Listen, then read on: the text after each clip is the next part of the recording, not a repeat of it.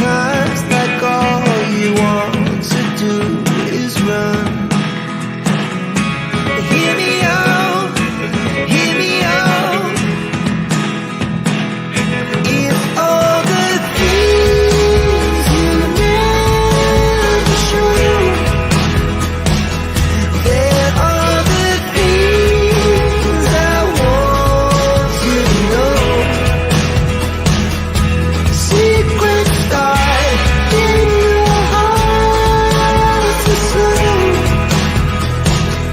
But if you don't want to tell me now, I guess I'll never know. Losing almost all my energy. It's getting hard to talk to you, and I'm the only one who speaks. It's all the things you never show. There are the things I want to know.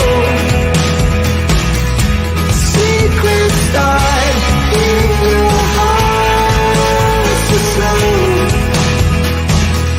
But if you don't want to tell me now, I guess I'll never know. Okay, hey everyone, welcome to the live and happy Easter. It's, I guess, Sunday. Yeah, I have tomorrow off. So, Easter Monday, I guess. My husband had the Friday off. But, anyways, thank you guys for joining me. So, yeah, happy Easter. Hope you guys had a great day with family, friends, food, all that stuff and stuff like that. And we don't really do much for Easter because it's just really like me and my husband and my brother-in-law and stuff like that. So there's not like there's little kids and anything to do stuff like that. You know, my mom, she's passed away and dad and all that stuff. So anyways, I was working on Sebastian's timeline while I had time. Hi, Ben. So hi, Lacey. Hi, Ben. Hi, Diana. How are you? Lisa's in the house. Teresa's in the house. Hi, Shelby. Ang Avatar. How are you? Peggy Day's in the house. And of course, StreamYard's in the house. So yeah, so I hope you guys are all having a good day. I'm glad. Yeah, well, tomorrow's is like a day off, but I'm so right now, like lives will happen when I do lives, just because, of course, I just started a job like last week, and so that was the training part, and this part's training as well coming up where I'd be shadowing and stuff. And then Friday, I think, is the first day I start taking actual calls and stuff like that. But anyways, I'm like, oh, Sunny, I'm really struggling. Consider going to the emergency room. Hurt so bad in my right shoulder and neck down. Miss Dog Lover, sorry to hear that, Miss Dog Lover. I don't know what to say besides obviously if you should be going to the emergency room. But yeah, so sorry about that, Miss Dog Lover. Biggest hugs. Everyone give Miss Dog Lover some hugs. She's from the UK over there. Good friend of the channel. So we hunted eggs with the kids, with new mop buckets on there. Yeah, yeah. I always love, like, I'm a big kid. No matter how old I get, I'm still a big kid. I like balloons. I like color. I like all these different stuff.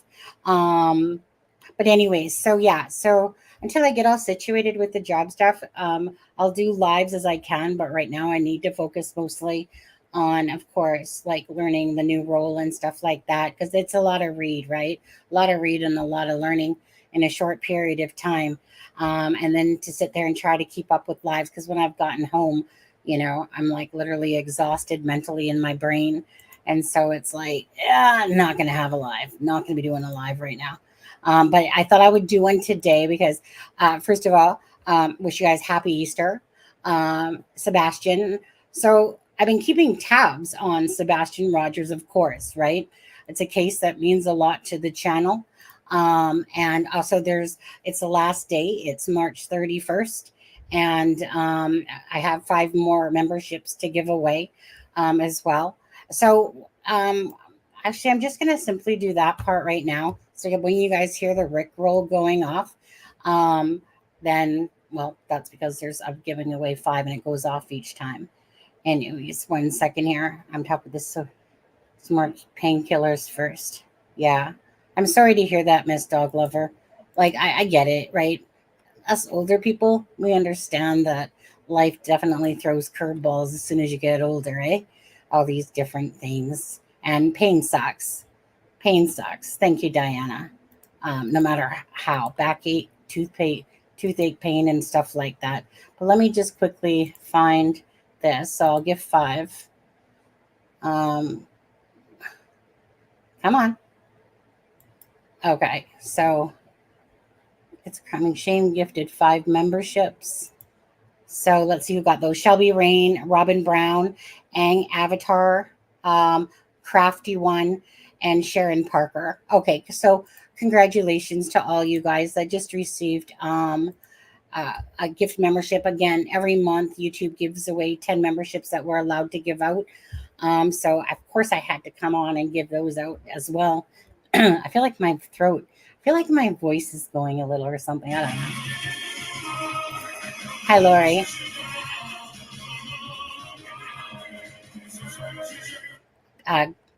Uh, Thank you for joining us, Lori. Lori says hello from Ohio. Found your channel through Sebastian's Facebook site. So thank you very much for joining us, Lori.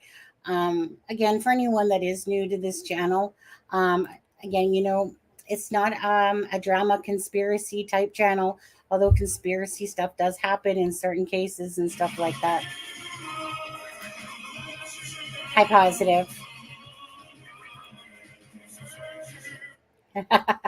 There you go. Now you can play with the Sebastian green heart emoji as well over there. Um, Hi, Joan. How are you?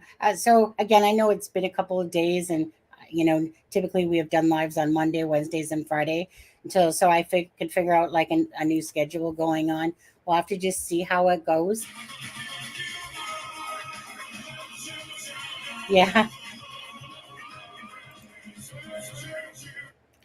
Um, yeah, what Michelle, Melissa, whoever the heck it was. I'm not one of those people that, if somebody's going to come at me and accuse me of something or of this channel of something without watching it, I actually don't care who you are. There's a way to do things and there's a way not to. So if somebody comes in my face, they're going to get back in their face. Most times when it comes off as accusing this channel like of basically blaming Christopher Proudfoot and stuff like that, which I never have. Again, I'm going to let the case propel for Sebastian as it does. Although there's definitely different things that they have said and done or aren't doing, that are definitely something to be desired. Absolutely. But yeah, so happy Easter, everyone. So we're going to get into this in just a second. Thank you, and thank you, Ben. Uh, and of course, Streamlabs. If Streamlabs ever says to anyone that you're trying to post a link, obviously you're not really trying to post a link. Well, some people might, but obviously you can't post a link. But it's typically because you put a dot in the wrong spot, and it's deeming it like you're trying to post a URL, but you're not. We have an open mind. Absolutely. Everyone's opinions are respected here. Um, and the only thing that we don't accept is when people become ignorant towards other people's opinions, and they get very rowdy and very vocal, just being rude and ignorant. Um, this to me is a space that people come that they can think that the sky is orange, green, purple, black. It doesn't really matter. They can think whatever they want about a case and have that right to have their opinions, be put out there in the chat. There's no need to degrade other people's opinions or thoughts. You might disagree and you can respectfully disagree.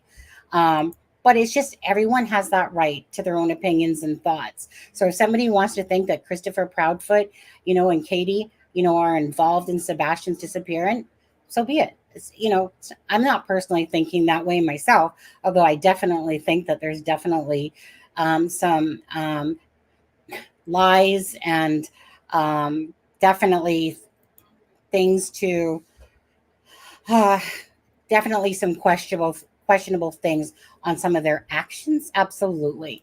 Um, so yeah, so this isn't a channel that you come in and you know, if somebody wants to even, you know, talk in the chat, you know, or mention, you know, somebody else's channel and stuff like that, like Trout Time or, you know, Cluminati or JLR and stuff like that, you know, they're allowed to say that. Oh, I saw this on JLR or this, you know, that's fine.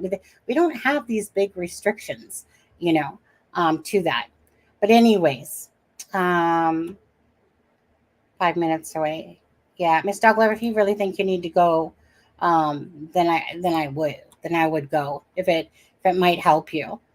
Hi everyone. Hi Gen C. Hi everyone. Okay, so let me just quickly show you something, if you guys don't mind. I want to show you because yesterday I spent the day with my husband because he had Friday, Saturday, Sunday off because of the weekend, whereas I worked on the Friday, but I get tomorrow off. But so if you don't mind, I might just want to share with you something that, okay, I want to say that I helped contribute, but I'll show you my contribution in a sec. So me and my husband completed the windmill that he was working on. So I just wanted to show you guys the windmill. So my big donation to making this windmill was the stairway to the door. That's what I was like, I'll do that part. Well, I helped stain as well on there, but that was the project that me and my husband was working on, and I was kind of joining him at his work because he can go and build things. So yeah, it's a windmill, and actually, this windmill, like it's not just one that just sits there and spins; it spins, but the actual whole top of the head part can spin around as well. So I'll just show it one more time just to be braggadocious a little bit. So our next venture is a lighthouse. I believe it's a lighthouse and then a wishing well on there. Anyways, so that's what I wanted to show you for what me and my husband completed yesterday on there. My husband's like a jack of all trades. He can be a plumber, he can be an IT tech, he can be electrician. My husband can pretty much do everything. Like honestly, he's just that guy. Um, and a great husband to go with it too. I could take away maybe some of his attitude sometimes, but mm, I guess we all have attitudes sometimes, eh? Okay, so stop screen. Now, I know there's things that we're going to get into here with Sebastian, and I just want to find, I think it was this one, which I'll play in just a second here. Um, okay, I know there's definite. Thank you guys. I'll let my husband know on there. Cute. I want to make a little fairy garden. I love fairies too. Yeah, husband is very talented for sure. He's just a jack of all trades. Like he loves working with his hands. He loves making woodwork. He made a planter about a month and a half ago. There's Charmaine. I seen Charmaine. There she is. Aspen Connor. He's like I think he went to Atlanta for the last few days, and Charmaine was visiting her family as well. I'm not sure if she's back home yet or still visiting and stuff like that. Okay, there's lots of different things I know that have been happening with regards to Sebastian. Okay, we've had the ex-wife of Christopher Proudfoot come out. Um, I know JLR. I didn't watch it all. I only seen a little bit. I know that JLR was talking about Christopher Proudfoot's parents and something about what was that place called? Hmm. Anyways, there was a restaurant apparently that they were at and stuff like that.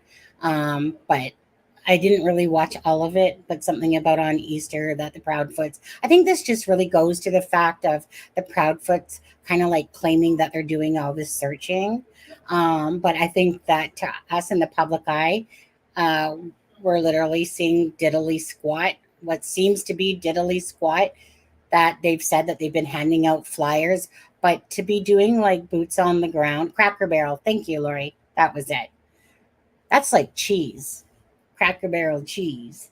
I know, like I guess it's a restaurant there, but um, so I know that again that this whole big thing with the ex-wife was talked about, and she said a lot of things. I know that there's two sides to every story, for sure.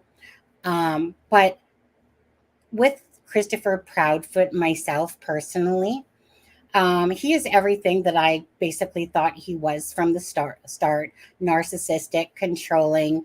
And I think that listening to Nina gave everyone that, I know, like I said, there's two sides to every story, but he comes off like that regardless.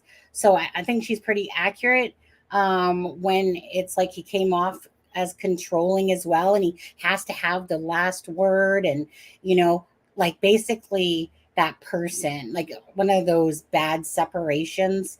And it's kind of like, um, he just has to, you know, do everything and anything, um, whatever it sounded like to create some sort of motion or go to court, and, yada, yada, yada.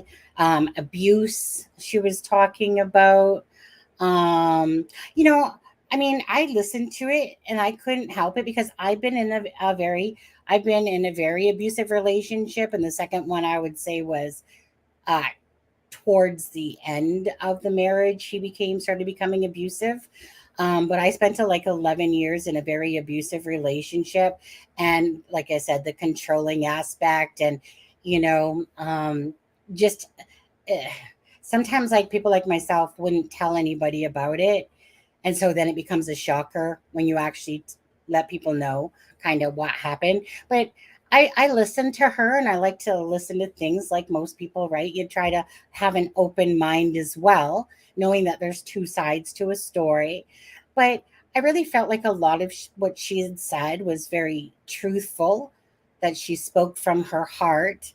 And of course, that's with obviously out hearing his side, because usually they're going to be like opposites of what each other is saying, of course. But I think that Christopher Proudfoot has shown this side of him. He hasn't really shown this big attachment to Sebastian. I know JLR keeps trying to, yeah, win for the sake of winning. Hi, Fuzza. Winning for the sake of winning. But I really felt bad for her listening to her. And I know people were trying to shut out, like to help her with a GoFundMe. So let me know if anyone has started one for Nina, so at least I can post it as well. But yeah, no, I really did feel, I felt her heart, as she was talking, was being genuine. The only one thing that I felt like could easily get twisted was when Nina was talking about how she was talking with Chris, and he was telling her about Sebastian missing and stuff like that. And then she made a comment like, he said like he really needed to tell her something, but she didn't want to have like anything to do with it. And she said something about regretting not listening more. But I don't know. I feel like that could easily be twisted into like do do do do. Like I was just about to tell you what I did about, with Sebastian. I don't really think that that was what it is. That I think a lot of people might think that that's probably how it kind of came across, as if he was going to tell her something. I think it was probably more about like, to be on, like how I would, like when I was listening to it, how I felt, that it was more about letting her know that, hey, like I got to be truthful and tell you that Sebastian is missing, type of thing, and maybe something else that he might have told her. But I didn't take it as like the da da da da, what evil thing did you with Sebastian? I didn't take it that way. But I can see how she worded that, and where she, and when she said that it almost came across like that. I just don't see it myself, but I'm not her and I'm not him. I'm just going about how the wording was and how it sounded. And at first I was like, oh, what do you mean he was going to tell you something and you didn't listen? So that will obviously be a regret that she didn't listen. Um, yeah, absolutely, Gen C. Absolutely. Um, so I know that there was, like I said, all that going on. And I do feel like what she was saying about Christopher Proudfoot was pretty much accurate to what I would have summed up, as his personality. She was talking about how he backhanded this child in the car seat, I believe, and how the nose started bleeding. Um, and then it's so funny because then when you're watching a video and he's talking about how people are being judgmental and this about them, and he's like, just be kind to one another, and I'm just like, dude, that's what exactly one of those things, right? So I'm sure Nina's not making up the fact that you backhanded some kid, and stuff like that. But when you know that somebody's sitting there, just be kind to each other. It's like, shut the front door, Chris. Seriously, dude. Like, you are no shining, you're not, well, I was going to say, maybe you're shining shit, but, you're definitely not a shining angel down here on earth looking to be this, good, wholesome fellow type person. Not buying it on that stuff. Um, my opinion may be unpopular, but I felt Nina was a little dramatic, so to speak. Maybe I took her wrong. Let's see here. Oh, Sharon, thank you very much for buying a taco. Sharon, thank you, Sharon. She just bought me a taco, you guys, on the Buy Me a Coffee app. So just heard it come in because my phone was sitting out. So I heard the bzzz. Thank you, Sharon Parker. Appreciate that.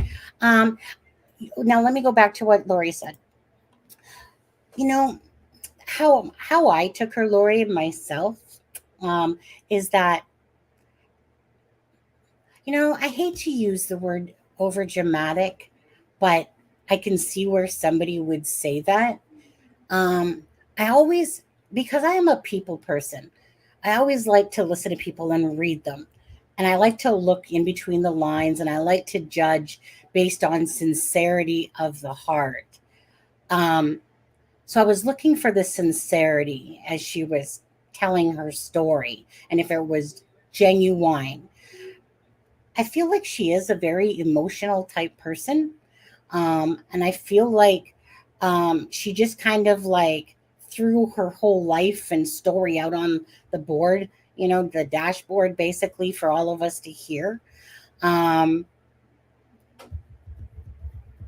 Dramatic. I could see where people could see it that way. I don't. I watched the whole thing. Or hold on, no, I watched 3/4 of the whole thing because I backtracked for a bit, and then I caught back up. Um, I was gonna say, regardless at the end of the day, whether she had more dramatics, like I'm a hand gesture person myself, and people can read me just by my facial and stuff like that. Um, I still think that there's two sides to a story. She's definitely not perfect, but I believe that she loves her children dearly, and that Christopher Proudfoot is not this upstanding person. I think anyone that has been following the case before Nina came along could feel this kind of, like, there, Katie. Wait, Sebastian who? What? Oh, yeah, the missing. Oh, yeah, the missing boy that we all love.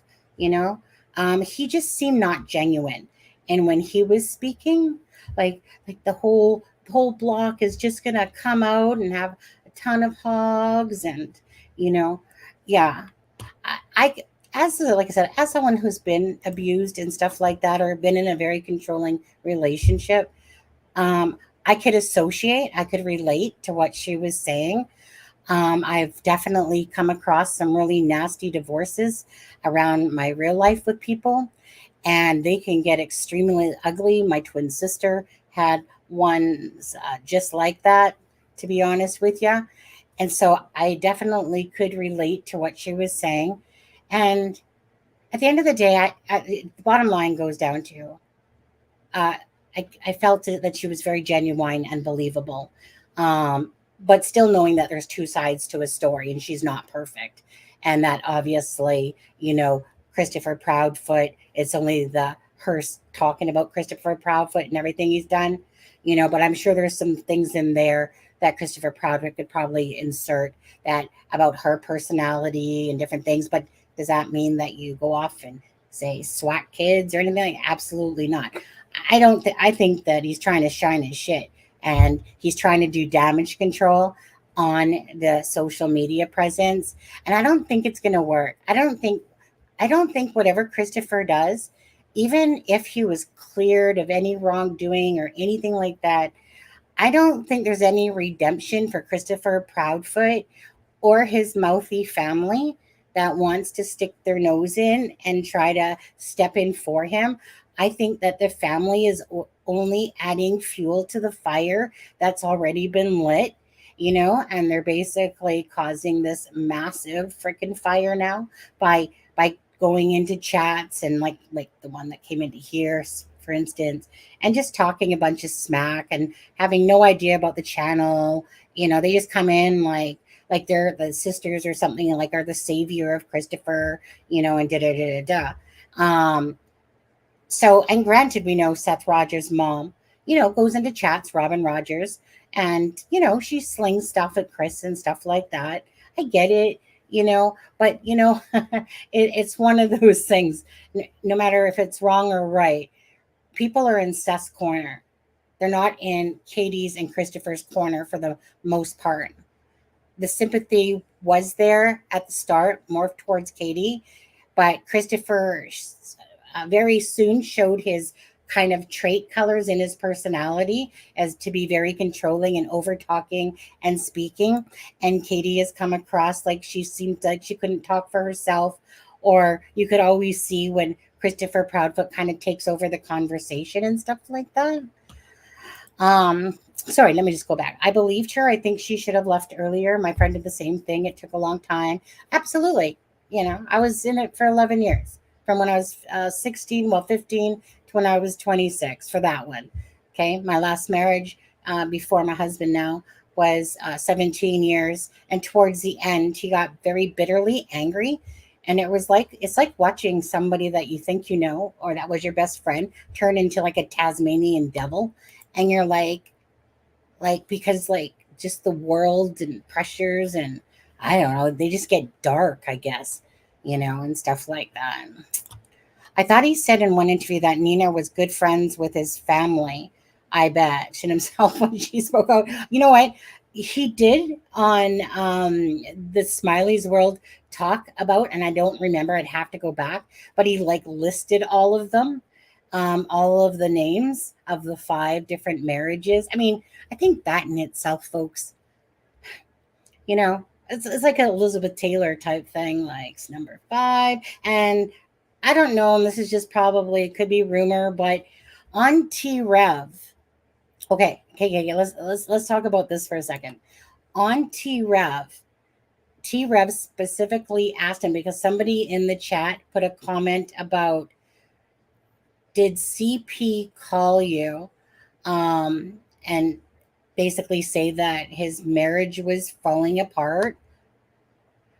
I'm hoping I'm really I truly hope I that that somebody had to participate in helping in his disappearance, or that he has disappeared, but I think that it would have to be because somebody aided to help him. Um, and so that gives me hope to believe that he is alive. So if I don't think, if, I mean, this is just my personal opinion. If I don't think that Katie and Christopher Proudfoot, as bad as they're looking to the public in a lot of ways, I don't feel like that they had anything to do with it, based around looking at what the LE has done and different things and lie detectors and blah, blah, blah, blah, blah. I would have to believe that he was, that either somebody is protecting him, or has aided him in some way, for him just to leave. Um, the only other option I could think about is if he did leave, somehow hurt himself, the searchers missed him, and the perfect storm happened, something like that. Um, so, oh yeah, King Henry VIII, yeah, yeah. So on not Trap Time, sorry, on T Ref, uh, he blatantly asked him about here. You know what? I gotta listen to it. Maybe I can quickly play it. Let me just do I still have it open? I think I do. I don't want to get it. Okay. I won't. Okay. Share screen right here. Okay. Let me just see. Listen to his answer. T-Rev, do you mind if I play this little part, please, on my channel? It'll just be a moment. Okay, thank you. I seen you nod yes. Okay. Um, so let me just make sure. So let's put it to 55. Let's just put it to this. Because people need to take care of themselves. Oh, okay. He already said it there. I got you. Let's go back a little bit more. Steph, I gotta ask you this: is it true that CP, which you know who that is, called you a few months ago and said his marriage is failing and asked you to take Sebastian? Is that true, or is that a false narrative that's being put out there by people? Because that is allegedly making its rounds on these YouTube streets. Sebastian was going to come live with me because people need to take care of themselves. Okay. So he says, because people need to take care of themselves. Can you guys tell me in chat? T-Rev would always let you use his clips. Thank you, Sherry. Can anyone tell me in chat? Because I feel like I heard this. Tell me if I'm right. I thought I remember hearing that Katie in the past had alcohol problems. I feel like I remember hearing that. Like, I feel really sure that I heard that. That Katie had alcohol problems previously, or still. Does anyone else remember that? Because I remember going, oh. I'm just waiting for you guys in chat if anyone knows. Lisa says yes, I heard it too, but speculation probably. Yeah, I'm trying to remember where I did hear it from. But either or, his answer back was because people need to take care of themselves. Sebastian was going to come to live with me because people need to take care of themselves. Which instantly my mind went to, you know, like, is regardless of alcohol, you know, we've heard multiple times about, say, their marriage, perhaps that she was given an ultimatum, you know, that Katie was given an ultimatum by CP, and that he said to her, I think this is from Sweetie Pilo, that he said that something like Chris said, I would hope that you would choose your child over me, or something like that. When did Seth and Katie Net Detective? I can't remember at this moment, honestly. And if somebody in chat knows, he talked about it.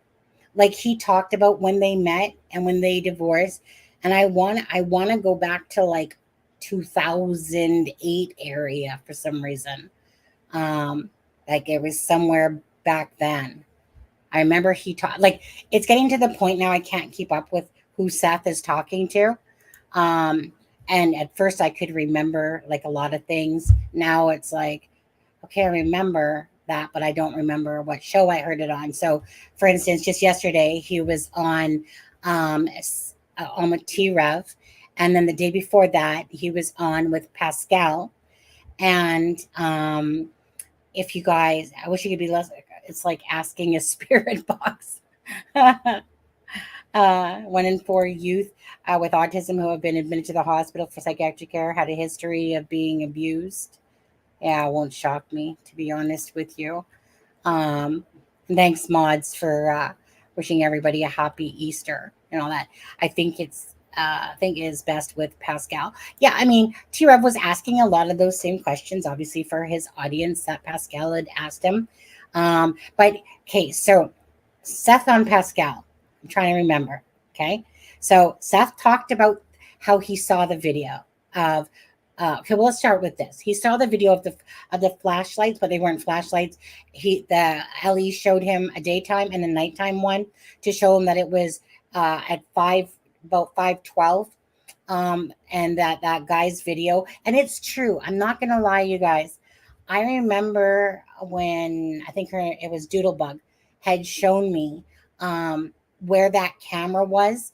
So it's the end house of Stratford, right? As you're coming off of Kellen Lane. So it's that end house. And that end house has a camera. And if you actually look at the camera, it's really not facing the kind of like that, what do you want to call it? Common ground area. It's actually more facing his vehicles, and it's catching that angle more so. I mean, I could go, I guess, to the street maps here for a second. We can go over to, is my Google Maps open on there? Or let me go to Google Maps. Hold on. Present, share screen, out. Let's see. That's okay.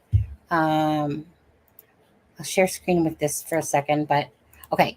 Oh, so this is just the time. So at about 6:30, okay, because there's a lady that spoke about this that works at the Texas Roadhouse that says that it was, see, there's so many things. There's so many things that are on my mind right now. So the Texas Roadhouse is about a 12 to 15 minute drive, okay, from Sebastian's home. Okay, so that's where they were. And that the lady that worked there that had posted some things said that it was just the two of them, which sounds about right. It was just the two of them.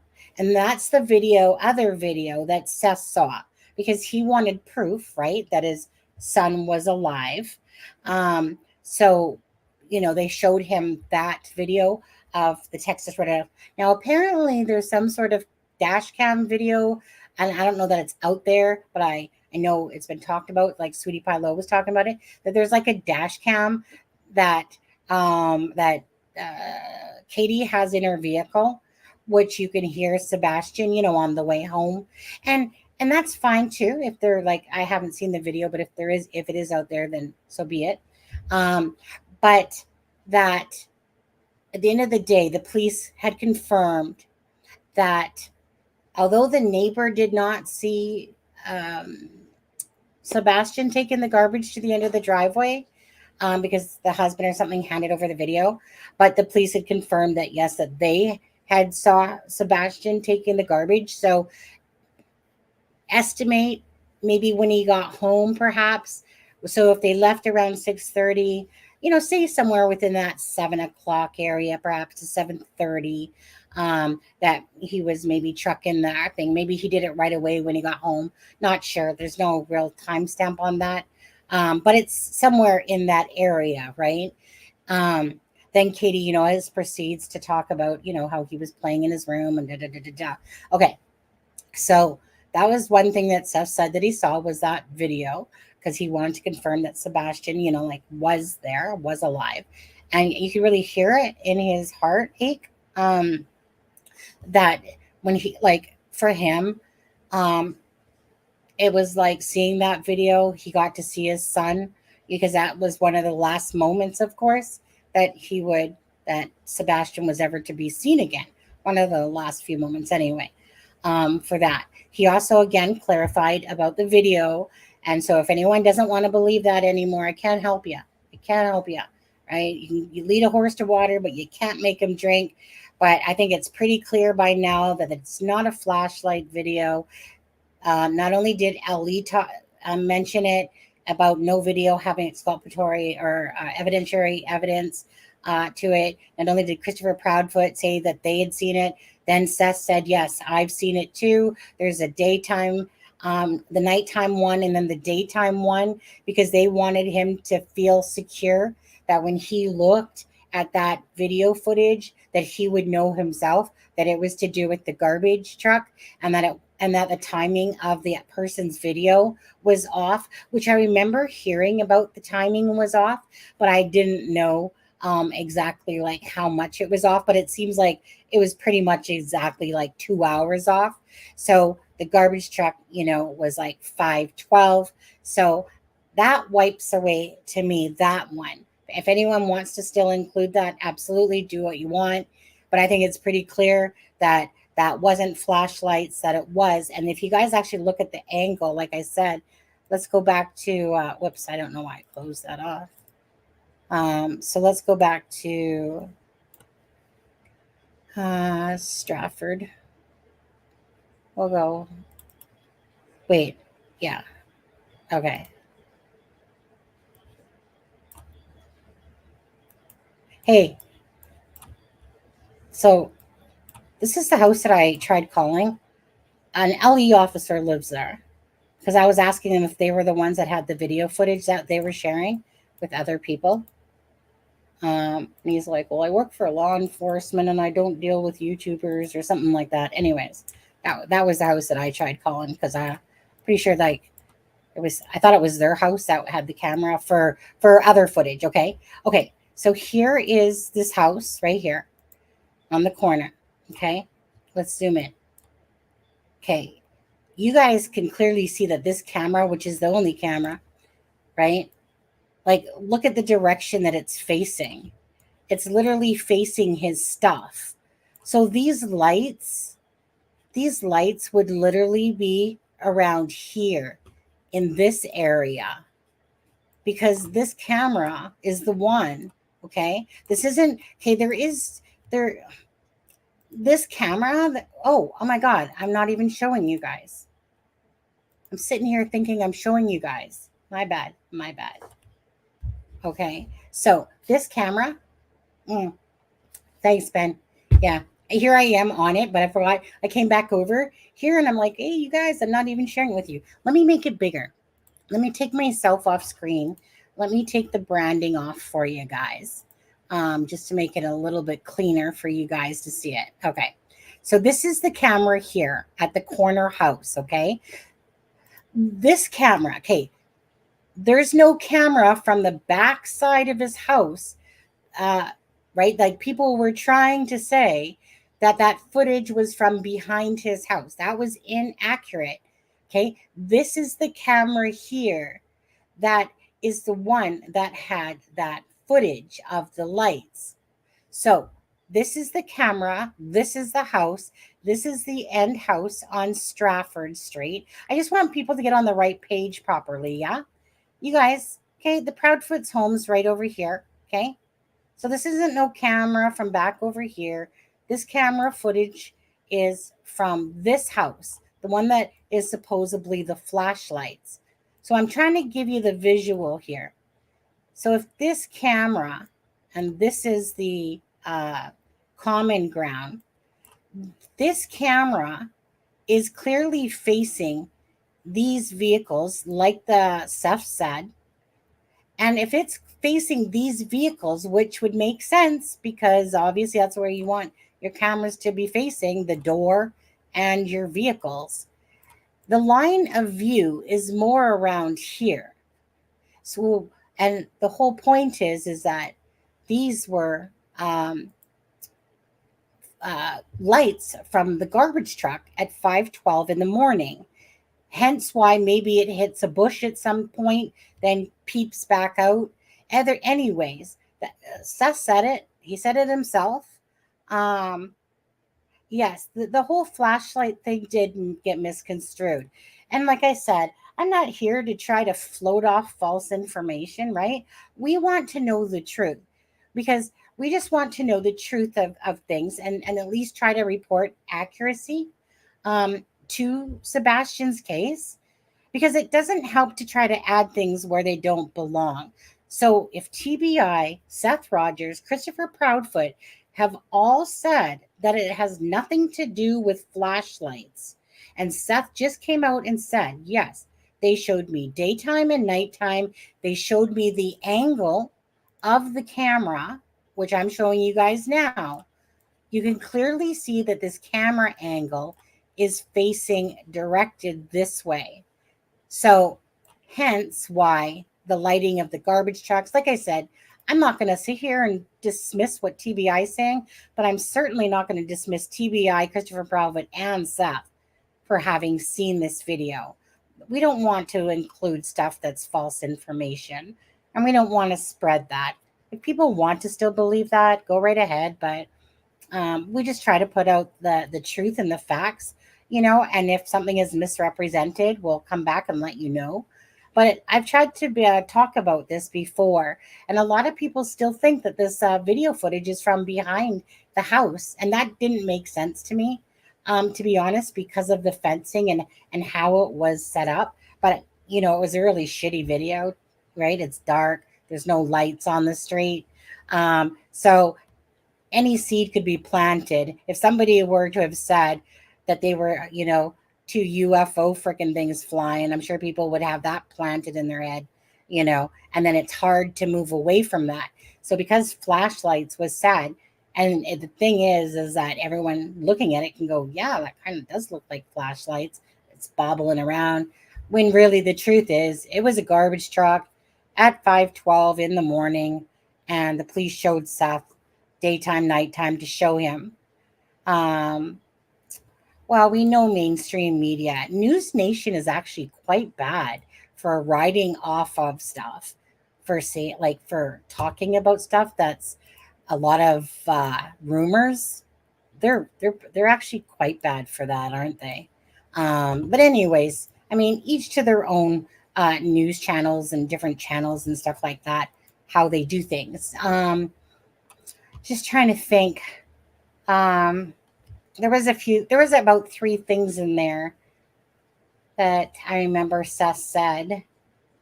But as long as oh, okay. So, whoops. I'm close and personal. Okay, so I'm almost ready to drop this video. See, you guys, I know, like I said, there's a lot of stuff that's been going on or that's been said, but I'm trying to get to the more important things here. I'm just trying to bring it back in to, again, some truth, because again, these interviews, like Seth's doing a lot of interviews all over the place on the different channels to try to get people to help and bring awareness to the case and stuff like that. Sorry, I just gotta find my tab here for Sebastian. Okay.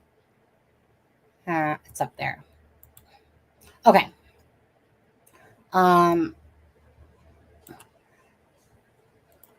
So actually, that's not the start. So I was working on this last week. Okay. And there might be things that I'm missing from it. I tried to put out as much information as I knew or came across. And toileting problems were not a good match. Right. I don't feel like Sebastian. I think one of the things that T-Rev asked was, like, in the video for the Texas Roadhouse, did Sebastian seem happy? And he's like, not as happy as he is when he's with me. Yes, Lisa, he did say that. About the pull-ups, Seth said that so we were all kind of shocked when we heard about the pull-ups, when Seth was talking about that. I don't think any of us thought that, like, maybe we thought he wet his bed once in a while, perhaps, but not that he was wearing pull-ups. But then Seth said when he came to his house, he made him take those nasty things off. So yes, he did say that about the pull-ups. He says, like, basically, not on my watch. He's not. And he said he didn't have any issues. If just personally speaking, I would say that Sebastian was probably scared of Chris. Chris comes off as, like, just very dominating, just very controlling.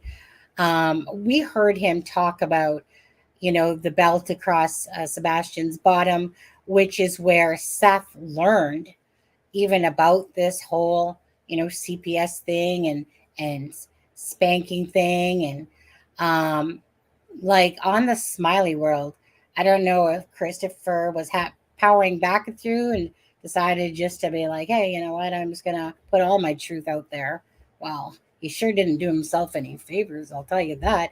But thank you, Christopher, for opening up as much as you did. Um, I think that he was scared of Christopher. I think that Katie, well, again, this is just this part is totally speculation. I wouldn't doubt it if when Seth says that Sebastian was going to love there because going to move there because people need to take care of themselves. I wouldn't doubt if that had something to do with their marriage, perhaps, if at all, if it's true. Perhaps maybe Katie was drinking, but that's speculation. Make sure we say that's speculation. There was like obviously he's not out and out saying it. He's just wording it, to the best way to say it without literally telling you about any issues, but just saying, hey, that people need to take care of themselves. So, perhaps their marriage was on the rocks, like what's been talked about.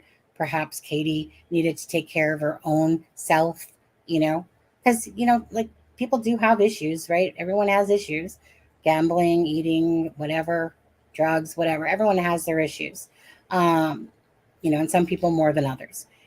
So who knows exactly, but you can take from that what you will. But obviously, things weren't, you know, all like up and cherry over in the Proudfoot home, is what it seems like.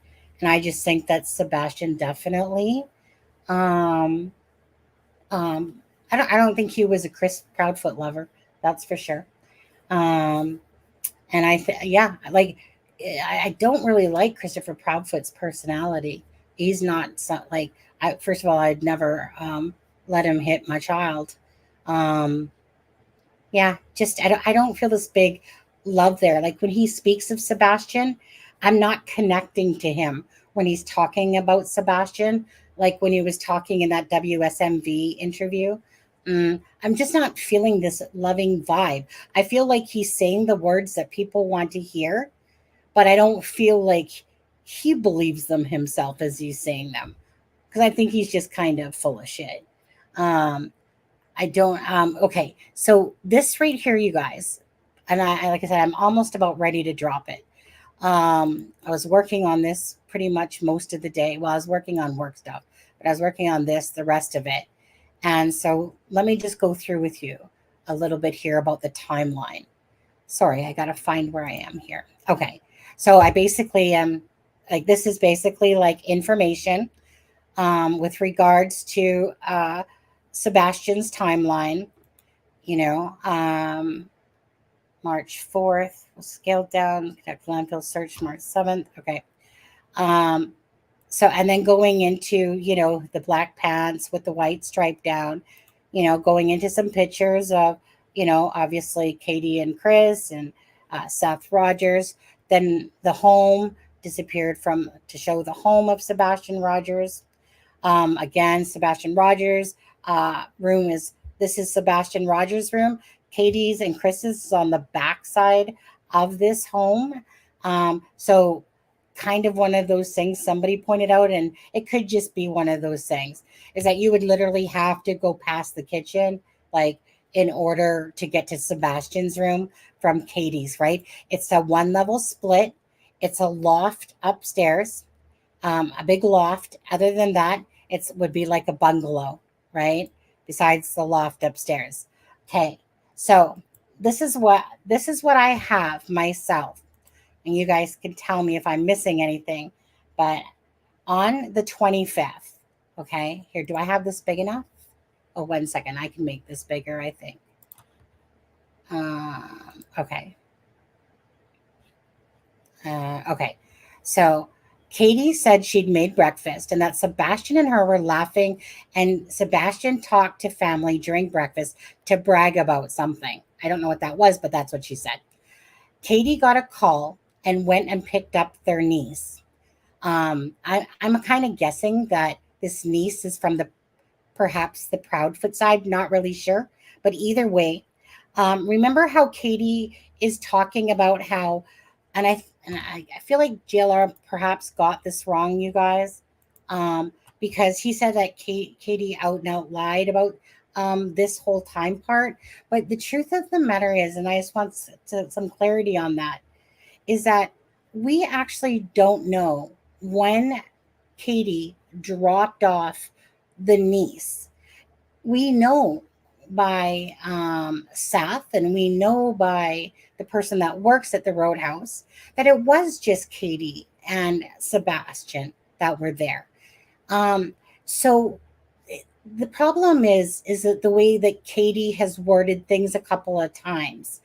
And Katie had said that she had got a call and went to pick up their niece. They then went to BJ's, and these are words out of Katie's mouth, okay, between the Chronicles of Olivia and between Nancy Grace. Okay, on Nancy Grace, she made the timeline sound different, you know, and hence why people could be going like liar, liar, pants on fire type of thing. But she's saying that they went to BJ's and Sebastian ate a colossal popcorn. So they pick up the niece, they go over to BJ's. They grab some snacks for Sebastian, and then she says, then they came home and put the groceries away. Now, these are words out of her mouth, okay? These are not mine. These are those words from Katie. So that's what she said on Chronicles of Olivia. And then, so this is where I'm thinking in my head, okay, is this where she dropped off the niece? And that's hence why these other, when she picked the niece up, that they saw Sebastian, these two aunts. It's not that they went to dinner with Katie and Sebastian. It's the fact that the niece was picked up. And then I think that Nancy Grace actually is the one that got it wrong when she was like, well, I didn't know that they had gone out for dinner or something with other family members. No, Katie didn't say that. Nancy Grace said that. Katie had said about staff members, about the Roadhouse. But on, like I said, this interview, or what Seth saw, what the lady working there said was that, right, it was just Katie and Sebastian. So they grabbed, I think they parted company just before Katie went home. That's what I think, Jackie. Thank you, Fuzza. Yeah, I spent a lot of time doing this for everybody, right? Because I have no problem when people use stuff that I make, but I wanted to do something that showed people some clarity about the timeline and everything that we know. I don't know if there's things missing. I don't feel like there is. I got some information from Sweetie Pie Low where I wanted to insert, but then again, Seth Rogers came out and talked about the video himself. So I wanted to do the facts of the timeline for February 25th, the facts of the timeline for February 26th, and then the rest of the stuff is other information known to us. Okay. Okay. So Katie says that they grabbed some snacks for Sebastian and then they came home and put groceries away. Now, this is where I feel, again, that this is where the aunts and the aunts were seen as well, that seen Sebastian. Hence why Katie was saying that other people saw him that day. Okay. So then she says they went bowling they went to the bowling alley and then went to dinner at the Texas Roadhouse. And now she didn't say that, but it's because I know that that's true now, that I input that in there for you guys, and left at approximately 6 p.m. according to the lady that was working there. Seth saw the video footage, but did not see a timestamp when T-Rev asked him. Katie and Sebastian are seen arriving home, which takes approximately 12 to 15 minutes to get back home. Apparently a dash cam video in Katie's vehicle where Sebastian could be heard on his way back home. So again, as for that dash cam video, I know Sweetie Pie Low talked about it. Have you guys heard about this dash cam video? Just curious, because I'd only heard of it like in the last week. I think when Sweetie Pie was talking about it. So that's why I was talking with her on Twitter. I was just trying to get, you have? Okay. So for me, That's why I put it apparently, because at the end of the day, we still know that the LE have seen that have seen the fact that he was taking the the garbage to the end of the driveway, which would have been already after that point of a dash cam hearing his voice. Okay, so apparently, okay. So then Sebastian took out the trash to the end of the driveway. Time is unclear. Takes about 12-15 minutes to get back home. So let's just say roughly like around 7 o'clock, maybe 7:30ish in that area, probably. I'm going to lean more towards 7. A neighbor across the way, I believe, has footage of Katie and Sebastian arriving at home, Sebastian taking out the garbage. Okay. So that has been said by multiple YouTubers that have talked with these neighbors, and hence why I called the 1011 person, which is an LE officer, and said, hey, I was going to ask him about, the specifics of the time about the garage, if they were the ones with the footage. But he was just like, well, I'm sorry. I don't talk to you YouTubers in a sense. I work with law enforcement only. Have a good day. Bye. Okay. Sebastian was playing in his room, according to Katie. Okay, so now we're getting into the 9 o'clock. Who was on the? She said, who was on the couch near his room at around 9 p.m. and told him to go to bed. At about 1 hour, 10 p.m. later, Katie heard noise. I gotta go through typos. A noise, a thud. Katie said, Bubba, did you fall out of bed? Sebastian, according to Katie, says, no, ma'am. Katie says, well, whatever you're doing in there, knock it off and go to sleep. Okay. Those are words from Katie's mouth. That I listened to it and I put in exactly what she said there. And then at 9:43 or 9:46, Chris, who said this himself, and Katie are talking to close to 12 a.m. I think it was more like around 11:45. Katie is almost falling asleep, and Chris tells Katie to put the dogs up in their kennel and get to bed. Looks like I gotta move. Oh, it's because Adam's head there. Katie and Chris, his room is on the left side, bottom, like back, like I showed you, back side. That says their room is that room that probably has that door that goes out to the back of the backyard, because you can either get there through the living room through the big doors, or there's that room that's at the back. So to me, I believe that that's Katie's and Christopher's room. I think that there's only one room on that side, because other than that, it's the garage. So it would have to be. So it's that room that has a door where you can go out to the backyard. Okay. So Katie says she did not check on Sebastian when she went to bed. Do you need me, honey? I'm just going to go to Shoppers. Did you want anything? Okay. 1 second, guys. My husband just needs me for a sec.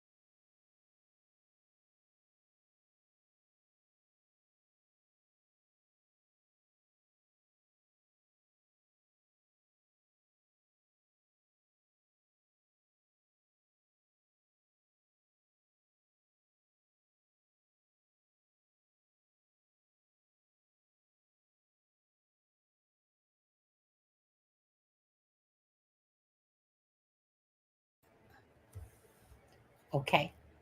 Thank you. Sorry. I took off the camera but forgot I was muted. Okay, my bad, my bad. Okay, so what I was saying, if you guys didn't hear me, is that Seth said that Chris was in Memphis. Okay, when he was asked a question about that, I remember Seth, and just like either Pascal's or T Revs, one of the two. Anyways, he said that he was in Memphis. So obviously he must know that for a fact. Just like he wanted to see Sebastian on video, Seth knows that he was, in fact, in Memphis. And that's why Seth said that when somebody asked a question about Christopher Proudfoot. And he goes, yes, he was in Memphis. So I'm going to take that to be that he obviously knows for a fact that Christopher Proudfoot indeed, because he's a cop, first of all, of course he's going to want to know these things, that he was in Memphis. I believe that Christopher Proudfoot was in fact in Memphis, and all his cellular data, his truck and everything, the people that he works with would be able to verify that, no problem. He still did lie about the polygraph thing. So I really hope that Nancy Grace holds him down to that. And I would love to hear the results of his polygraph, because he claimed that him and Katie both take it. They passed on Facebook posts, and he's the one that posted that. I think it was just to take shade off of himself, right? And then when she called him out, he had to answer. Like, he had to answer honestly, because he knew. You could see the squirm in when he did that. And do you guys remember when he was like, "Oh, the abuse. Oh, I don't know. I thought you were talking to Katie. Oh, you mean me?" Right? Nah. It's so funny when somebody freaking barks and then they're on Nancy, and it's like, "Ruff, ruff, ruff. Oh, ruff." You know? And you're just sitting there like, "Oh, where's your balls now? Are they tucked up inside?" You know? Anyways, so Katie goes and wakes up Sebastian at 6 a.m. Okay? Then on the 26th, should be this. Okay. So, take off the banner again. My bad. Where's the banner? Get you off there for a second. Okay. Garbage truck. So the garbage truck arrives at around 5:12 in the morning. This is on the 26th now, right? Okay. Seth, in a recent interview, confirms that Ali showed him the so-called flashlight video in nighttime and daytime, and states that the third-party video timing was wrong by 2 hours, and it was a garbage truck, not flashlights, as reported. Katie said on February 26th at 6. Oh, sorry, let me go back to your guys' things here. At 6 a.m., when she did not see Sebastian in his room, she thought maybe he was making breakfast or something. She raced around the home looking for him, and outside. I suppose that car ride was the outside. When she could not locate Sebastian, she called Chris. So in one interview, she says 1 minute flat. This one, she said 3 minutes. Okay? Approximately 3 minutes after she realized Sebastian was nowhere to be found. Sebastian had not been seen on any video footage to determine if and how he left the home. Parents on both sides have been vetted, and Katie has taken a polygraph test and claims she passed. Christopher, okay, I obviously cut it off and I need to move it over, had not taken a polygraph test, but he said he had offered. Nancy Grace offered to pay for one form, and he accepted, yet to be determined if he does do it. Seth Rogers has not taken a polygraph, but offered. He was working at the time on shift with Davidson County Police Department, so obviously, definitely cleared there. Okay, while still on the phone to Chris, Katie gets in her car at approximately, say, 6:10 and drives around the neighborhood and school hysterically. While on the phone with Chris, he does a 3-way call to the sheriff's office and informs them about Sebastian's disappearance. According to law enforcement, this was at 6:30 a.m. So it's so funny, because now that I hear that, the one law enforcement guy that said the call came in, I remember him distinctly saying 6:33. That it called in. But then in another news media thing where I can't remember now, the police were talking, it was like 6:20. And I'm like, you guys can't even get that right. Like, obviously, when the call came in, it's all in your logs. So anyways, so 6:33 is when the one LE guy says it, but yet it's also said that it was at 6:20. So it's somewhere in that time frame. Okay. So Christopher says to Katie to head back home because he's on the phone with her, to head back home as the police are on their way, and they arrive about 10 minutes later. According to Seth Rogers, Sebastian's father, who lives approximately 1 hour away in Clarksville, who had received a text message and a phone call from Christopher sometime around 6:20. I know when he was telling it on Nancy Grace, he kind of cut out. He has said the timeline about the phone calls and messages, but he's also said it in a way where it sounds like when he got off into his truck, he noticed phone calls, in a text message where he never quite said the time. But I remember it was sometime around that 6:20 area that he had said. And so Seth's shift work ended at 7 a.m. He arrived to his truck at 7:20. And then this is when he's saying, so although he might know the times, but this is when he's saying that he looked at his phone. He saw that there was a text message, like a 911 type call, message, like emergency. He calls and he gets to Chris's and Katie's home at 8 o'clock Monday morning. Seth Rogers is in law enforcement for Davidson County. Now, Chris drives back home from Memphis from his job site, but St. Jude's Hospital construction site project, in which he is a tower crane operator. Okay, so doorstep to doorstep. It takes 3 hours and 37 minutes, he says, that he could not leave right away. And he said that because, obviously if you're up in a crane, type of thing, you have to get someone to come take over, right? Like, I get it. People are just like, I'd be like sliding down that crane getting there. But obviously that's not the way he worked. So whatever it was, he said that he couldn't leave right away. Because his job, he just couldn't simply leave. And he arrives in Hendersonville, he says, at approximately 1 p.m. In the afternoon. That would be, of course, the Monday that Sebastian, from 12 to 6 is where they thought he went missing from. Seth was at the house. Right, correct. Because Seth arrived at 8 o'clock. And he didn't arrive back till 1 p.m. in the afternoon on the Monday. So I'm just going to quickly take a boo what you guys are saying. Here's a consensus. Sebastian is sneaking and making TikTok video even though he knows he's not supposed to. Mom discovers and blows a nutty. Sebastian runs to his room and climbs out the window. Is that what you think happened, Sherry? I don't know. Honestly. And the scenario counts for no shoes. And that goes into, you guys, just quickly, okay? So I'm not going to go through it with you guys all now, but, okay? Then I go into the other known information. And there's quite a bit there for you guys, to go through for that as well. And this isn't, okay, and then I have, Sebastian's likes and dislikes. And then Sebastian Rogers' personality. Okay? And then this is ways you can help find Sebastian Rogers or donate. And so I wanted to put this for Seth because that's truly where the money deserves to go to help him in his searches. So there's the check way. There is, this is the rudder. This is the address where you can go meet and or help and pick up some flyers to aid in distributing them. Okay, that's between 9:30. I got to, like I said, fix some things here. I was working on this all day, but I know I still need to go check for my errors. 6:30 a.m. or 9:30, a.m. to 6 p.m. This is the Finding Sebastian Rogers Family Support. It's just over $19,000 now.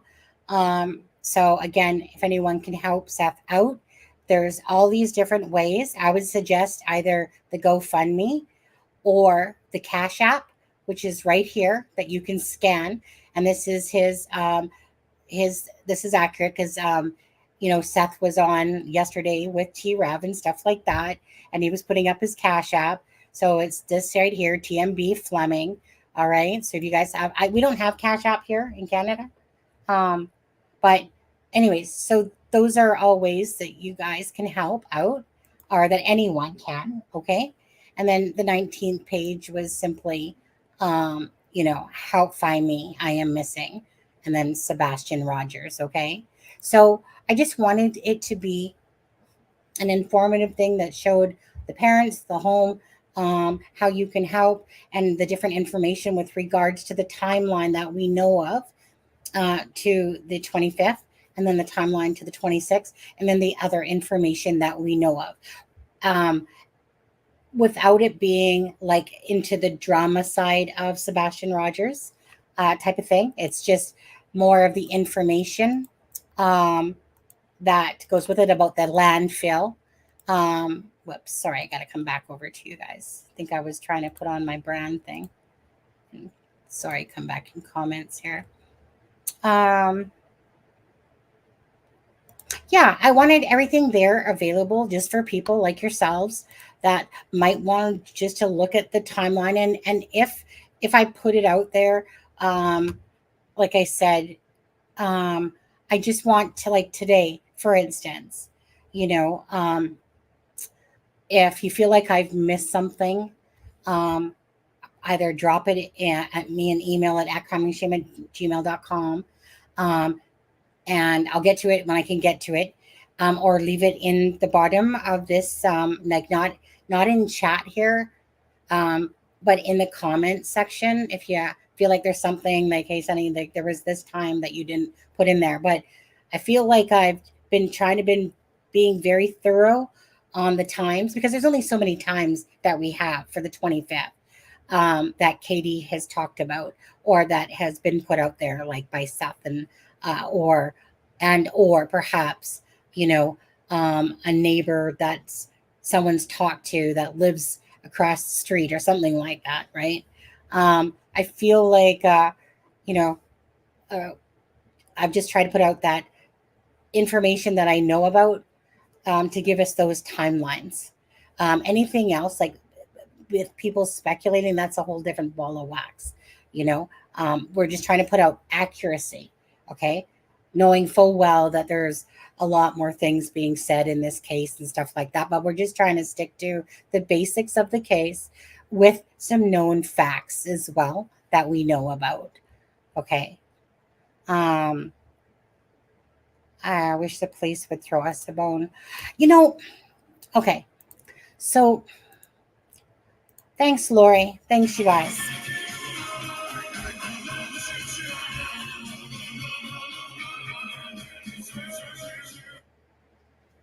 I feel like my voice is going or something. Lori, thank you for becoming a member. And again, hi, Tara. How are you? And I really want people, of course, to use the Sebastian emote for green. I feel like a lot of you guys, perhaps that I'm really perplexed by this case. So if you, but let me just say this: if you haven't watched T-Rev had Seth on yesterday. Watch that. If you haven't watched Pascal, watch that as well. If you can help donate to Seth, and if there is one for Nina, GoFundMe, let me know and I'll post it as well. But if you can help donate to Seth, or help flyers, or help in the search, please do. As for the Cajun Navy, United, whatever, that's just been a bunch of drama, and things will work its way out the way that they're meant to. I want to say this though. I feel like wait, what Tara said? I've been MIA. My dad passed away on Monday. Been rough. I'm so sorry about that, Tara. Absolutely. Sorry if I overlooked that. I seen your name, but I didn't read the actual what you had said at that point when I looked and scanned. Anyways, our sympathies to you. Anyone that's lost somebody, which I have many, knows exactly how that feels. Anyways, biggest hugs, Tara, and so sorry to hear about that. And all I can say is prayers and biggest hugs from all of us. Okay. That's sad. It's never easy losing a family member. Sometimes I swear it's harder losing pets, though. than it is. But yeah, those are, yeah. I still cry when I talk about my dog from 13, like 11 years ago on there. Yeah. Um, yeah, just throw some hearts out there for Tara, guys. So sorry. And hopefully Miss Dog Lover too made her way to the hospital. Um, anyways, yeah. Well, we use this one for caring, Tara. This emoji. It's kind of like the heart emoji. It's a heart tree. That's the kind of like the emoji that we use for about caring and stuff like that. Um, okay. Is it my dog? I hear cats. Okay. Um, so yeah, so if anyone does want to help in the search or anything with for Sebastian, as for the Cajun United whatever army, I don't know. So I know that crime. Okay, so I know crime sleuthing. I know of her channel. I don't know her well, but I know that she's a good lady. And her name, I believe, is Deb, if I'm not mistaken.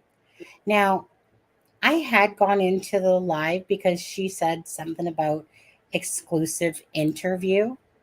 Hi, Anne. Thank you. Because she had said something about an exclusive interview. And so I was like, oh, but it just said special guest somebody. Anyways, boy, were people attacking her. So what had happened was, and this is where people can honestly, they can be so relentless in the chat when they don't give somebody a chance. So we all know that there's this big kerfuffle with Cajun Navy and, oh, we're not helping anymore with the search and this, blah, blah, blah. And I think, I don't know, whatever's going on there. I'm not overly paying attention, but I know what's going on. So I know this person's name, his name is Todd Tadell or something, someone named Todd that was speaking a lot for the United Cajun Navy. And so this was supposed to be her special guest. And he, because the chat was going whack with a bunch of negativity, it was almost like, well, I think probably Deb said it best, Crime Sleuthin said it best when it was like trying to basically throwing someone into a hornet's nest. So he decided that he wasn't going to come up on the stage because it was almost like it was, like I said, walking into a hornet's nest. So people are basically saying that Deb is full of crap. She doesn't have this interview. She doesn't have this. And I kept deciding, am I just going to sit here and watch? Am I going to say anything? Because usually I have an issue with that. Like, if this Todd guy sat on News Nation or sat on any other type of news thing, people might put some crappy comments in the comment section, but damn well that you guys are going to watch that, or the people are going to watch that, right? Because they're going to want to hear why they pulled out of, say, helping with Sebastian Rogers. And darn well you're going to watch that if you happen to see a video clip of it, right? But I just felt like people were very disrespectful to Crime Sleuthin yesterday, because, the chat didn't give this person, Todd, a chance to even explain himself. Now, don't get me wrong. I still think you're a wussy, Todd, for not keeping your promise and going up because, like, ooh, like, big baby, you need a bubba? Like, seriously? Like, so people are going to sling shit at you, right? Big deal. Big whoop. So I kind of felt like he totally disrespected Crime Sleuthin and left her in a very awkward position by not actually coming up. So for him, like I said, take down your nuggets out of your freaking stomach there, and you should have still came up, even if people booed you, whatever, right? In a sense, again, it's up to a creator to take control, in a sense, of a situation. There was a ton of negativity, like 90% of it was negativity. UNC said that yeah, I heard that actually, Robin. I heard her say that actually, that that they're still going to search, but they're just not going to be telling anyone.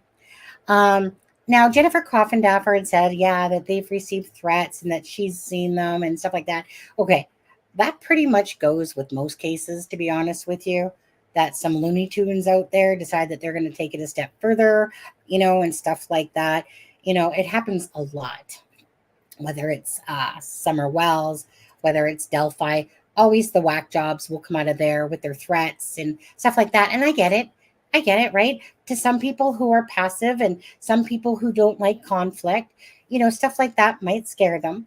I would think that in the avenue of business they're in, I would think that, that they're more like gruffer and whatever, but whatever. I mean, I don't know the full story and I don't know all about the drama, but I do know that if people didn't go off attacking this Todd guy before he even made it to stage, right?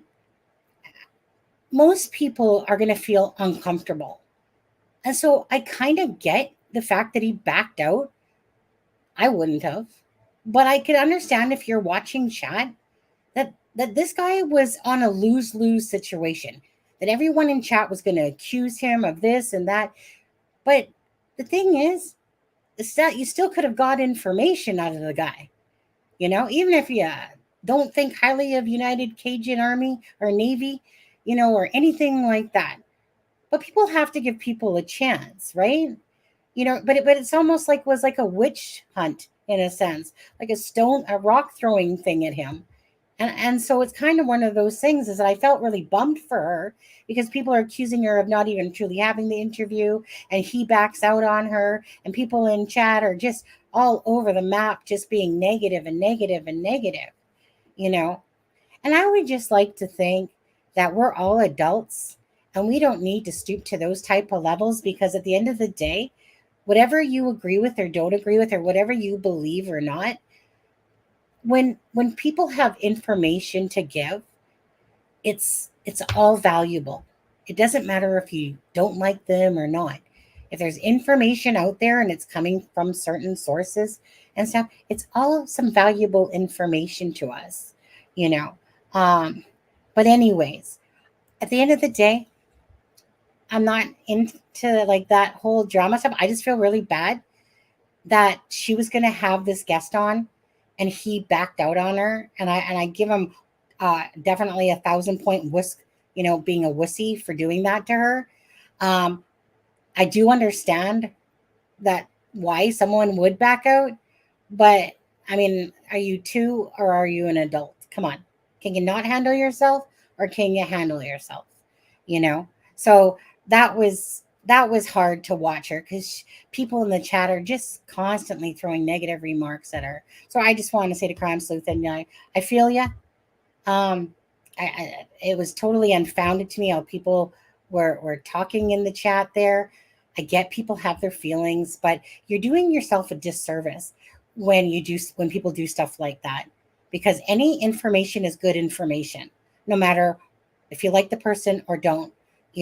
It still adds value to more knowledge about Sebastian case and what they were doing, or even the truth I'll say the truth, but the truth from his side, because there's always two sides to a coin, right? To a story, to hear what he actually had to say, about it. And then at least hear him out, maybe then boom in chat and shit like that. Anyways. Good night, Laura. Nice to have you. Thank you so much. Thanks, you guys. You have people who have shown the deceased. You know what? Again, when it comes to recording, people have every right. They have their first whatever amendment right you guys have over there. Is it First Amendment, Fourth Amendment, Fifth Amendment? Which amendment is that one? I think it's the first, isn't it? The one for video recording and stuff like that. I'm pretty sure that's the First Amendment rule. Anyways, there's people that cross the line. And what JLR was doing, right? He was in there walking around with the search people, but he was giving people a live feed to what you guys would have never, ever seen before if it wasn't for these people that live stream. There are people that are going to take it too far. But there's a lot of better ones than there are the bad ones out there. You can't control everybody and everything, right? It's just not plausible. But, JLR, from everything I saw, he was doing and showing everything with respect, right? He didn't want to show certain things in case, because when you're live streaming, you never know what you're going to come across, you know. When they were told to back off, in a sense, from that area about when the dog was picking up scent, like everyone backed off and stuff like that. But we would not have any of that footage if it wasn't for boots on the ground. And I appreciate that. I just know that in a world that's supposed to be good, there's a lot of bad apples that ruin it for other people, or cause chaos and stuff like that. It's too bad. I will remain focused on the Sebastian Rogers, and give you guys, of course, any updates as they come along, or talk about things that Seth has said or the Proudfoots have said and stuff like that. Because again, this is about Sebastian Rogers. That's why when it comes to the whole army and stuff like that, it will work itself out. Things always do. Bottom line is that Seth Rogers, is just begging and pleading with people. Look, you know what? Money is nothing in a sense. It helps, sure, but it's nothing. What would really help if you guys will disperse or come help in the search, for Sebastian. And that's what counts the most. Oh my goodness, my throat. I mean, I have I don't have really mixed feelings about it, as much as there's people that do things just because it's about clicks and views. And there's other people who give footage because they care about cases, and they truly are invested in trying to bring awareness to the case, and stuff like that.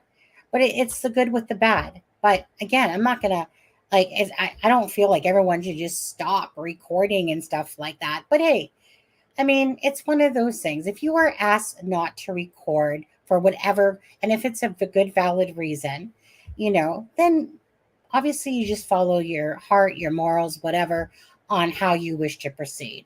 And there's some people that are going to go, F you, I got my freaking rights, da da da da da.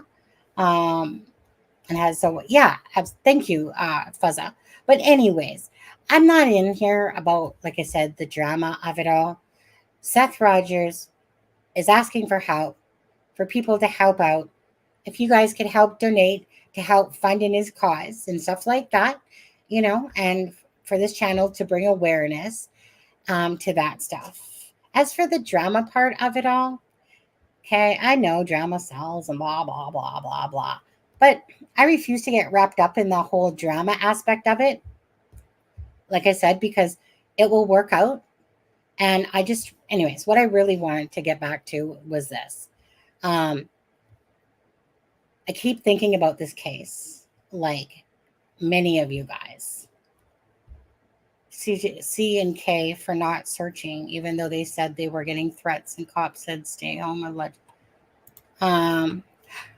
JLR was antagonizing C and K for not searching, even though they said they were getting threats and cops said stay home, allegedly. Well, I mean, I can't say, he doesn't have done anything for sure. I mean, where's that post? Where is that post? I think it was this one. Let me see if it's this one.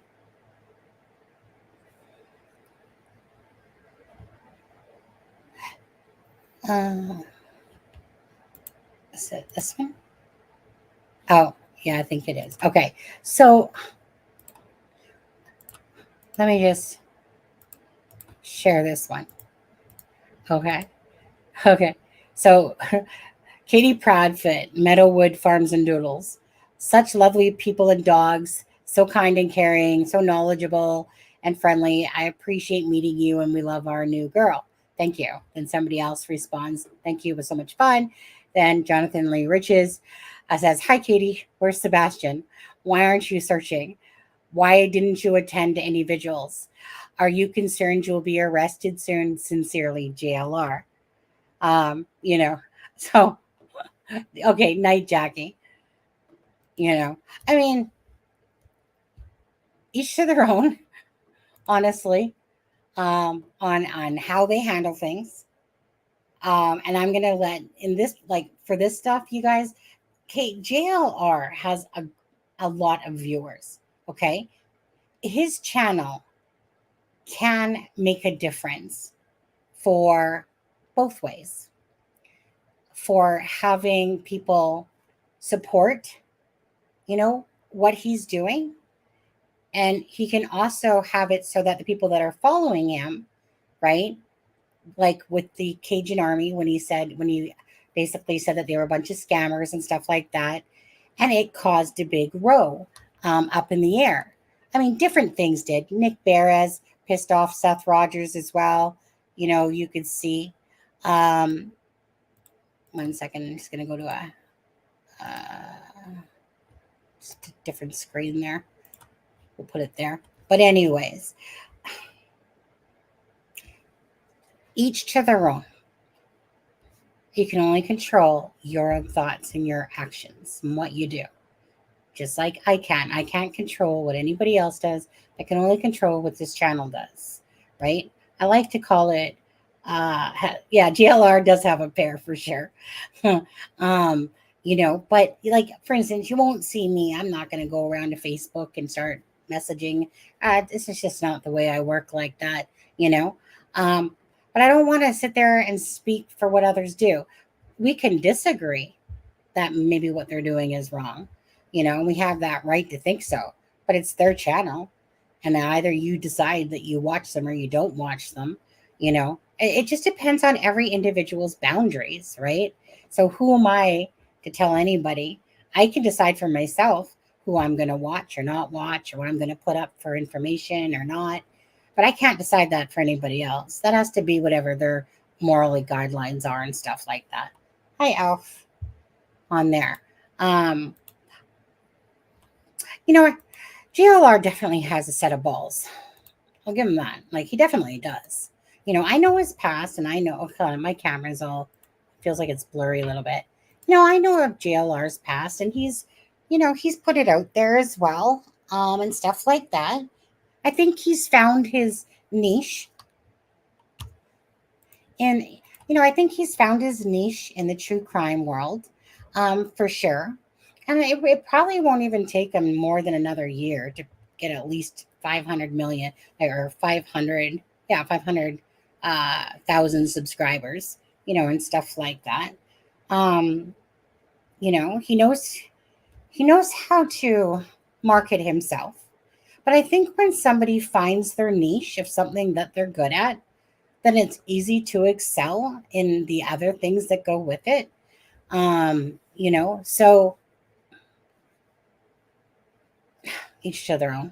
That's all I'm going to say about that, actually. I have no problem giving you. I know you don't. But anyways, so again, each to their own. Whoever they decide to watch or whatever they decide that they do like or don't like. I mean, I have people with this channel. I mean, honestly, I could say 100 nice things to them. The minute I say something, one thing that pisses them off, all of a sudden they're out of here, hitting the road, see ya, Sunny, not coming back. Okay, don't let the door hit you on the way out. I'm not one of those people that sits there and tries to kiss anybody's ass. No, please stay. I mean, I'm so sorry that 100 nice things I said to you, the minute I do something wrong, someone decides not to watch me. Can I control that? No, I'm not going to kiss anybody's ass and go, like, oh, I'm so sorry I hurt your feelings this time. How about the 100 times I was nice to you, but you didn't like, you like things I said, or the 1,000 times. But the one time I say something that somebody doesn't like because it rubs them the wrong way, so I don't have control of that, or I don't try to have control of that. I just try to come on, do lives, be who I am, like it or lump it, one of those things, right? And just try to have, a fair, honest conversation with people and just be honest and genuine in the coverage that we do, and I feel like I can't do anything more than that. But am I a great kiss ass person? Absolutely not. Do I love and care about people? Absolutely. but nobody will ever kind of like use guilt or blackmail me or anything like that, because I will never allow that. I just run the channel as honestly as we can, just to provide the information, knowing that there's a lot of caring, giving people out there. But sometimes you just piss off those people, and oh well, it happens, right? If I worried about every time somebody gets offended because something is said, well, then, well, I can't. I don't have time to worry about that. I just don't. Um, but do I appreciate people and their acts of kindness and stuff like that? Sure. But I know people can, in a second, can turn on you just like that. Or the general public, and you'll no. Well, the thing is that I'm wise enough to understand that, right?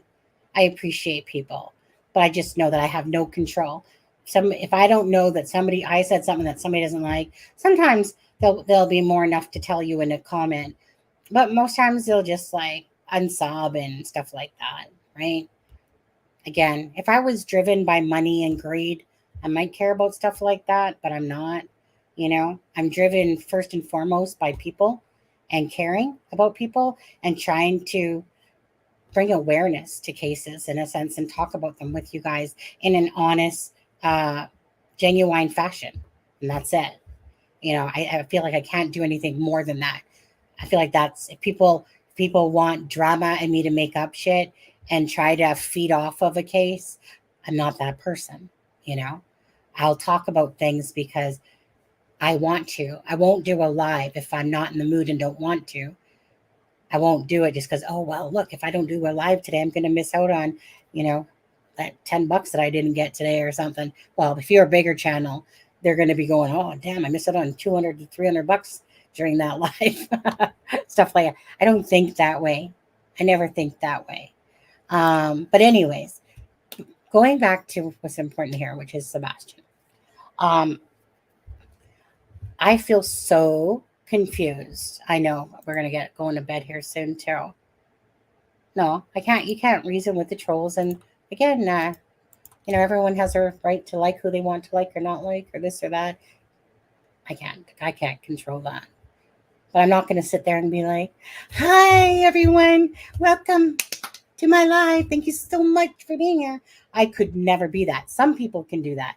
I cannot do that. I cannot be that person. You'll never ever see me do that unless I'm joking around. Anyways, for Sebastian, I don't understand this case at all. I don't understand. The only thing I can understand, perhaps, out of everything that we've looked at, how does a child, okay, again, look at the facts. If the LE was in the house, according to Proudfoots, and they determined that the front door was the door that Sebastian went out, why? Because they could use, of course, the method of taking away that there was a camera on the garage area that could be seen by a neighbor. From the backyard, there would be a camera that's seen him. If there's no mulch that's disturbed in front of his window or any other window, right? The back door is really squeaky, like, those things. So they deduce, the cops and whatever, according to Katie and Chris, that it was the front door, hence why they keep saying the front door. Okay, makes sense. So that obviously didn't happen while Katie was downstairs during the whole 9 to 12. So just trying to use reasoning. So it must have been between that 12 and 6 time. Okay. She was asked if she was accurate about the shoes. I know that he could have slippers or stuff like that. I don't know that anyone's really said that too well, though. Have you guys? Like, right. Why wouldn't he have grabbed his shoes? Right? Like that's what I mean. So no matter which way you look at this case for Sebastian, okay, if you want to think the parents had anything to do with it, okay, you have Christopher, who was away in Memphis, okay? Trust in the fact that Seth would know if that was an honest answer. So when he brings it up, trust in the fact that that is accurate, because he would know that to say that right? Because he would confirm that, right? Okay, right. No one talks about slippers. No one talks about, you know, did he have a pair of Crocs? Did he have, you know, flip flops? I can't see Sebastian leaving that home barefooted. Like, I can't. I can't see him opting to run away without taking his phone, his money, you know. I just, I'm, we're all trying to make sense of this. There's no footage of Sebastian leaving the house that we are aware of. Okay. And as far as we know, the LE has nothing on video to show that anything has evidentiary value of showing Sebastian leaving. It's dark. It would be probably easy for him to slide out that front door, you know, and literally, take off somewhere and not be seen in because of the area is just completely dark with no lights. They didn't have their floodlights. All they had was solar lights, right? The Ring doorbell camera that could say see them didn't see him.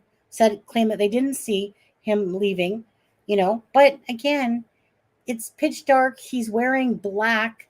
You might get lucky to catch a reflector of white, perhaps, off the pants or not. The mulch would have been disturbed if he went out his window. So it's either that Sebastian took off, but there has to be a reason. I think that somebody has aided him. Yes, the money was the money was confirmed. That was said by, I believe I want to say that was Christopher on the Smiley show when he was talking about it. That in the bedroom, a week later, that they had found this little ATM machine. So Christopher Proudfoot was talking about that, and that the money was still there. And no coat, right? It was colder. Hmm.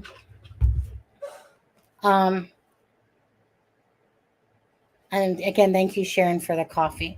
Now,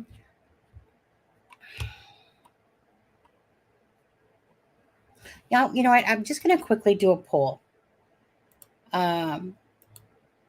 just to ask you guys. Okay. Um,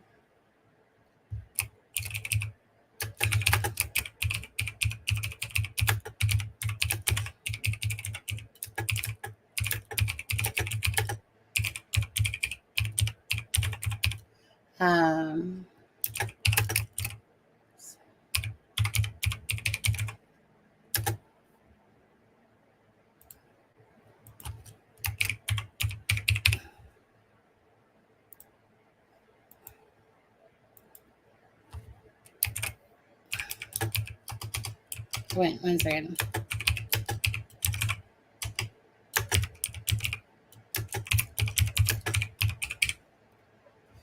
Okay. So the poll is: did the Proudfoots have anything to do with the disappearance of Sebastian? Yes, no, unsure, or that ran away or had help. And while I'm waiting for you guys to vote there, I'll be right back.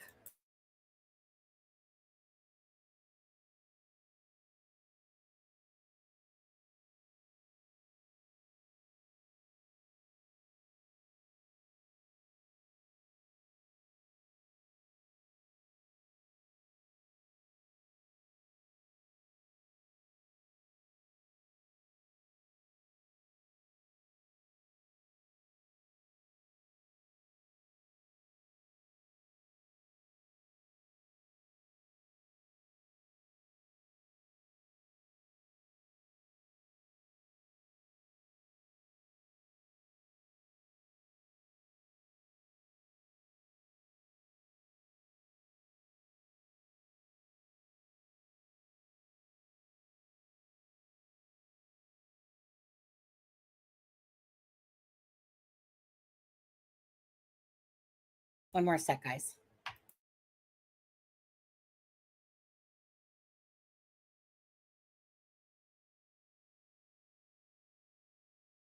Okay. Okay, so what I'm going to see what the poll quickly says here so far. Okay, so 43% believe 46. We'll let that ride out for a few minutes here. Now, the one thing that I want you guys again to remember is this as well. You guys obviously can tell that Seth is more lenient on Sebastian than obviously Christopher Proudfoot, correct? And one of the things that he said on Nancy Grace, Seth Rogers, that is that he said that sorry, I had some Pepsi when I was off there. Came back up throat a little. Well, not the throat, but a burp. But anyways, excuse me. Okay. Anyways, one of the things that he said was that Sebastian was attached to his phone when he had it, and that he liked to watch YouTube videos and Minecraft. Okay. You need internet for that. So you can guarantee that when he was at Seth's house, because Seth made that comment himself, and then he said, and then he backtracked on himself and said that Sebastian was only allowed to have 4 things: his camera, his this and that. Because then the lady said, well, you need internet in order to watch YouTube videos and stuff like that. Yes, you do. Let it rip, Sunny. Oh, at first I was like, let it rest in peace, Sunny. And I'm like, wait, what? It was good old Pepsi Zero. Usually root beer is really bad for that one. Anyways, okay. But so don't forget to kind of note that a little bit to yourself in this whole equation. Is that obviously at Katie's and Chris's, probably, I don't know. I mean, obviously Chris wasn't around a lot since he took on with that job or whatever. And hence why, it seems strange when 3 weeks that he, pretty much in the month that he only came back because, Sebastian was missing. And then other than that, so maybe it does feed into the possible rumor of marital problems going on and stuff. I mean, if you guys had Christopher Proudfoot for a husband, I think most of us would agree we would all have marital problems going on, especially if somebody is controlling. But, I mean, I don't know him firsthand. I'm just going by the vibe of, the way he comes across, which is a very dominating kind of personality, in your face type of barking personality. Any fizz for me? But anyways, Seth, you can tell he was more lenient, and that's why it was kind of like, hey, he's not going to be wearing those dirty pull-ups around me, get those little shitmeisters off type of thing. And you could tell he was more lenient. But obviously he must have had access to the internet in order to be able to watch YouTube videos. So he probably, did allow him to access that while he was at his dad's home. And remember, even his dad was talking about the girl that he had talked to, and he says, did you get her number? And he's like, no. And then he drives him back, right? So it's almost like you have the very strict household and this one. Now, Seth did say that Sebastian, or I think Christopher as well, and Katie might have said it as well, that I think, Christopher and Katie for sure had said it in the WSMV video, that Sebastian in a vehicle would know how to get to his dad's house. Not that he would say driving one, but meaning just that he would know how to get there. Just like he would know how to get to Clover's ice cream store or Clever's ice cream store, whatever it's called, because he loved extra malt.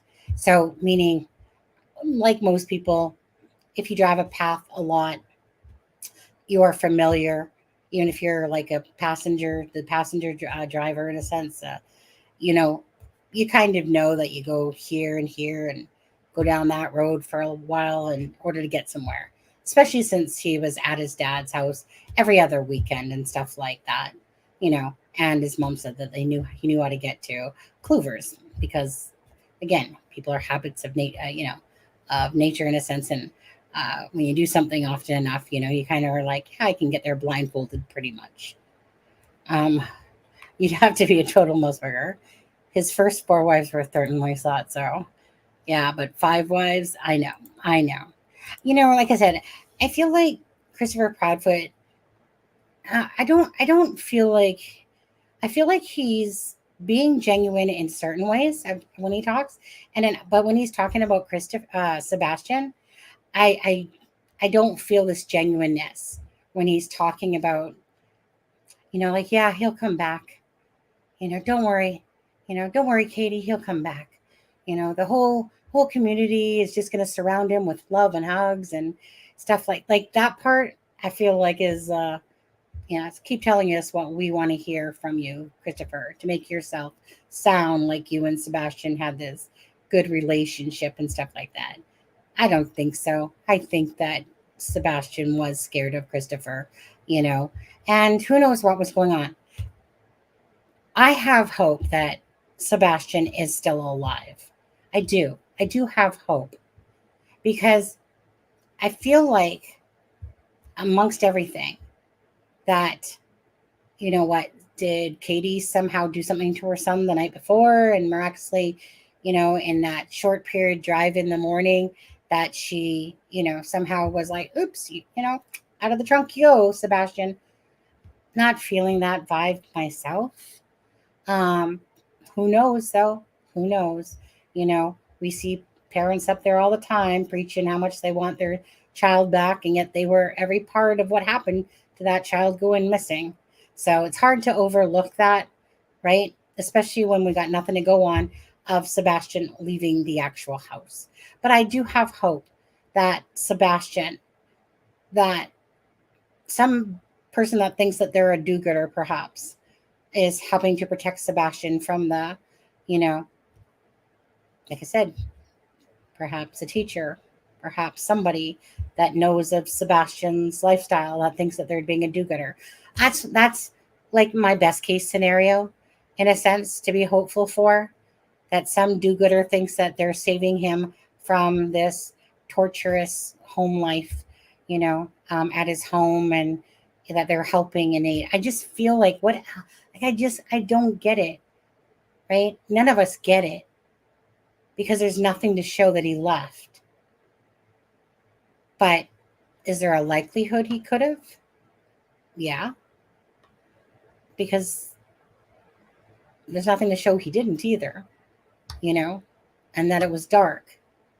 So it's either one, he hurt himself, which seems to the extreme that everything fell within the perfect storm. What do you guys? I don't know. You guys are all believing, most of you, 52%. Nope, he ran away or was helped, 14. 22% unsure, 57%. So the majority of everybody in this chat believes that it was the parents, like that Katie.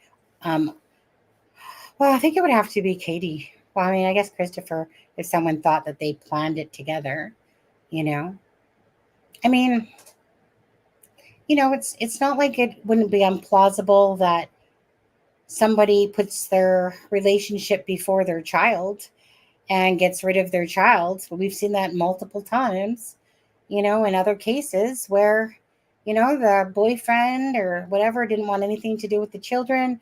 The woman, the girlfriend or whatever, the mother of the children, drives them into the lake and takes all their lives so that she can now go on. We know the Lori Vallow case where freaking zombie apocalypse and shit going on there, and how basically like they were doing Kylie and oh shit, I know his name and I can't think of it. What was the boy's name, guys? Kylie.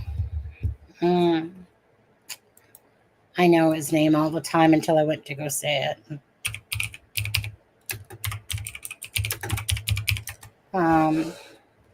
JJ, that's it. Thank you. JJ, thank you. And Jayla, like, we know that their lives were taken, right? For the sake of, Chad freaking Daybell, we know that Chad Daybell's wife was taken for the sake of. Oh my God, what a twisted freaking case that one is. But anyways, so we know that this stuff happens. Is it plausible that Katie perhaps did do something, to Sebastian during that time frame, without being seen? Plausible, possible. Maybe she was tired of her son, and although I feel like I watch her video again on WSMB, and she really does have some what I call sincere tears going on there. I'm looking at her eyeballs and just how red and watery they are when she's talking. So that's why I always believe that, for them to be sincere as well. So it's kind of like in my world, I'm willing to look at whatever. I'm willing to look at whatever guides me a certain way, and willing to change it up if something shows differently, you know. But it's just kind of hard to believe that Sebastian would run away, and it's been over a month now. Like, I could understand if he ran away because he didn't want to live at home. But what about his dad? What about Seth? Because to the public, what we're seeing from Seth is this dad that's just doing everything, that his son is his world, and he's doing everything, in his power to try to find Sebastian. You hear the crackling in his voice. So why wouldn't Sebastian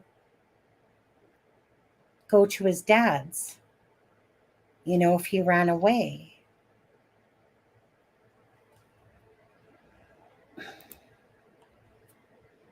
I mean, that question was asked. I mean, Christopher Proudfoot's the one that answered that one back, and he said that was a bunch of malarkey. I remember that. I know. So that's why it's hard, because you're trying to look at what Seth, like Seth as the father, and how much he's pulling at our heartstrings, because I mean, we don't know Seth worth Adam. JLR said he had spoke to him, and I'm sure others have. I know Cluminati, and everyone that usually walks away talking to Seth is left with a very impactful heart. So if he ran away, why wouldn't he reach out to his dad after a month? Right? Which takes you back to, okay, well then, is he dead? Is he unalive? And this is where people will go back to the Proudfoots, or the fact that he somehow did run away, freaking fell somewhere, no one found him, and he's, not alive. Because the whole circle just doesn't make sense, because there's nothing to back it up for the LE. That's what's so confusing. That's what's heartbreaking. Here's this poor man. He doesn't know where his son is, if he's alive. He's trying to hold out hope. You can tell that he believes that, Sebastian, I'm going to see him again. I'm going to find you, son. I'm going to come for you. What was Malarkey about that Sebastian was supposed to go to some sort of court date? Someone asked that question to Christopher Proudfoot, and he said that was not true. I want to say that was Smiley's world as well.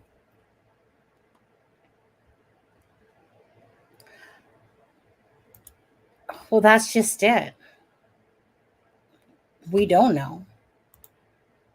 That solely God by Nina shows what a very cruel man Chris is, and yeah. I don't know. I think the Proudfoots are not doing themselves any favors in the public eye, starting with Chris, and then when the family tries to interject as well with their 2 cents, people are just going to blast them new assholes, because again, nobody wants to really hear about the Proudfoots too much, because they're not, all they're coming off is a bunch of people that do this, in a sense, to the public. I mean, regardless of what they think they are or what it is, the truth of the matter is Katie and Christopher don't have the backing of the people. Seth has the backing of the people. They do not. They might have some, but the backing is towards Seth Rogers, and if Christopher Proudfoot wants to be pissed off about GoFundMe's, suck it up, Buttercup. Go make yourself your own GoFundMe. See how many people donate to you and Katie. Probably not going to be a ton of people. Bet you that much. We've looked at what's up with CPS, right? I don't know. Who's messaging me?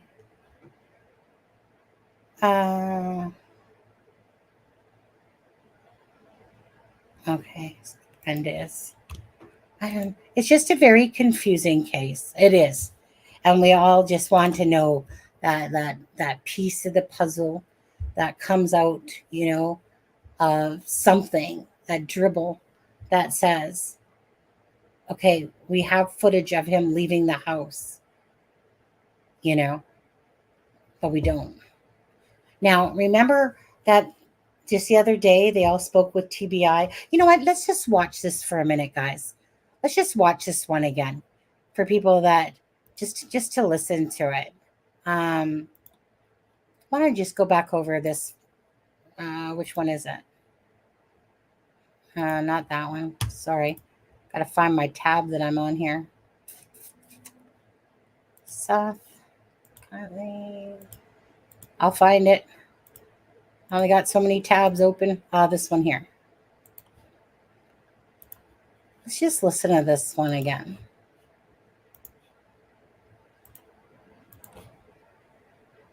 Same as I was yesterday. Just continuing the search, continue looking. I'm not going to give up. Nobody can make me give up. And where have you been searching? Where do you think he is? I've been searching everywhere. I mean, anything out of that 5 mile radius that the initial search did, they covered everything there. But there's stuff elsewhere. I mean, we got a lot of territory to cover. And it being over a month, he could be anywhere currently. So I'm searching everywhere. You, Katie, and Chris had a meeting with TBI today. Did you find out any new information? Not that I can discuss. Any progression that might show hope in this search? Oh, I always have hope. Can't take that away from me. And how confident are you that Sebastian is alive, and what do you think he's doing right now? Pretty sure he's probably playing video games somewhere. Nobody's letting him, whoever's got him, they're not letting him see the regular news. They're not letting him surf the internet. Or else he'd know that I'm looking for him. And he'd know that he should actually be trying to get a hold of me. And that keeps me going. Is there a strong reason to believe he may have been abducted? I don't know if he's been abducted or if he's just, over at a friend's house. Never know. But I'll know when I find him. I'll know exactly what has happened to him. And other news outlets were reporting that there were lights seen in the backyard that were caught on camera by a neighbor's video. Is that true? No. What that was a trash truck. Went through, picked up trash, and when it left, of course it went faster. It didn't have to stop to pick up trash. That's just false information provided by a particular person. Did the dogs ever pick up a scent for Sebastian? From my information that I've been given, no. Did they find anything on Sebastian's cell phone that would, kind of show that he was going to run away or where he might be? Not that I know of. He didn't have any internet access or anything on there. He'd have been able to call, text, take a picture, send a picture, use the calculator. That's about it. Was Sebastian in school on Friday, the day before he went missing? Yes, ma'am. Okay. Are you, Chris, or Katie, or any of you suspects in this case? No, we're not. Have you been cleared? I don't know if the investigation. 1 second, just to clear that up. Okay, so Chris Proudfoot was not home. He was in Memphis, as you stated. Seth confirms that. Elf, the clock was wrong. Seth talks about it, that he was showing the video of the wider picture. He said that that was a cropped video that somebody took, right? Meaning, not, I mean, obviously somebody's going to crop it so you can try to see it better, but that was a larger picture of the whole actual area. That camera was facing the guy's vehicles, which is the one that's on the corner of Stratford at the very end there. That the LE wanted him to be very certain that he knew that it wasn't flashlights and that it was the trash truck. So they showed him it in nighttime, and then they showed him in daytime where those lights were when the trash truck went by, and that the video of the person is 2 hours off of the time because the trash truck comes at 5:12. Now, these are words from Seth. Seth said the timestamp was stuck at yes, exactly, Terry Dean. The timestamp was stuck at 3:11. Okay, so I'll just continue playing that. Just as I'm seeing the questions, I'm just trying to give the answers to what Seth has said. Investigation is still ongoing. We wouldn't be cleared until the investigation is done. But currently, from my understanding, they don't have any information that would attach us to any wrongdoing. CPS has gone to Katie's house before. You didn't know about that until this investigation. How does that make you feel? That somebody somewhere dropped the ball because I was never informed. And I'm the biological father. I have joint legal, joint physical custody. Somebody dropped the ball and didn't reach out and inform the father, which is me. And I don't understand why the state dropped the ball on that one. And how did you find out about CPS? Podcast. And I mean, how does that concern you, especially with this case, that they might have done something to cause him to run away? I don't know what that really means, but I just know that I don't have all the information. Is there an official timeline? And I know people, there was, we went to bed at this hour, but does TBI or anyone have an official timeline as to the series? I'm pretty sure they do, but I'm not involved in the investigation, so I wouldn't have it. Have the three of you been in contact every day like you were several weeks ago about this? I was in contact with both Kitty and Chris today, but I've heard he said his phone is open and available. Well, so is mine. You can leave a voicemail. Like 7 or 8 people have already left me voicemails today. I'm going. I get people calling me while I'm on the phone, and it's like, I can't just sit there and answer the phone for everybody. If I did that, I probably wouldn't be able to get out of my house. There's been a lot of criticism over this investigation. I'm sure you've received criticism as well as the Proudfoots. How does that make you feel in a time where you're just trying to find your son? People are being, well, that goes back to those keyboard warriors I talked about on the first interview that you and I had. They're still at it. They'll never stop. There's cowards in this world, and then there's people who are go-getters. My feet, they're on the ground. They're never going to leave the ground. I'm going to find my son.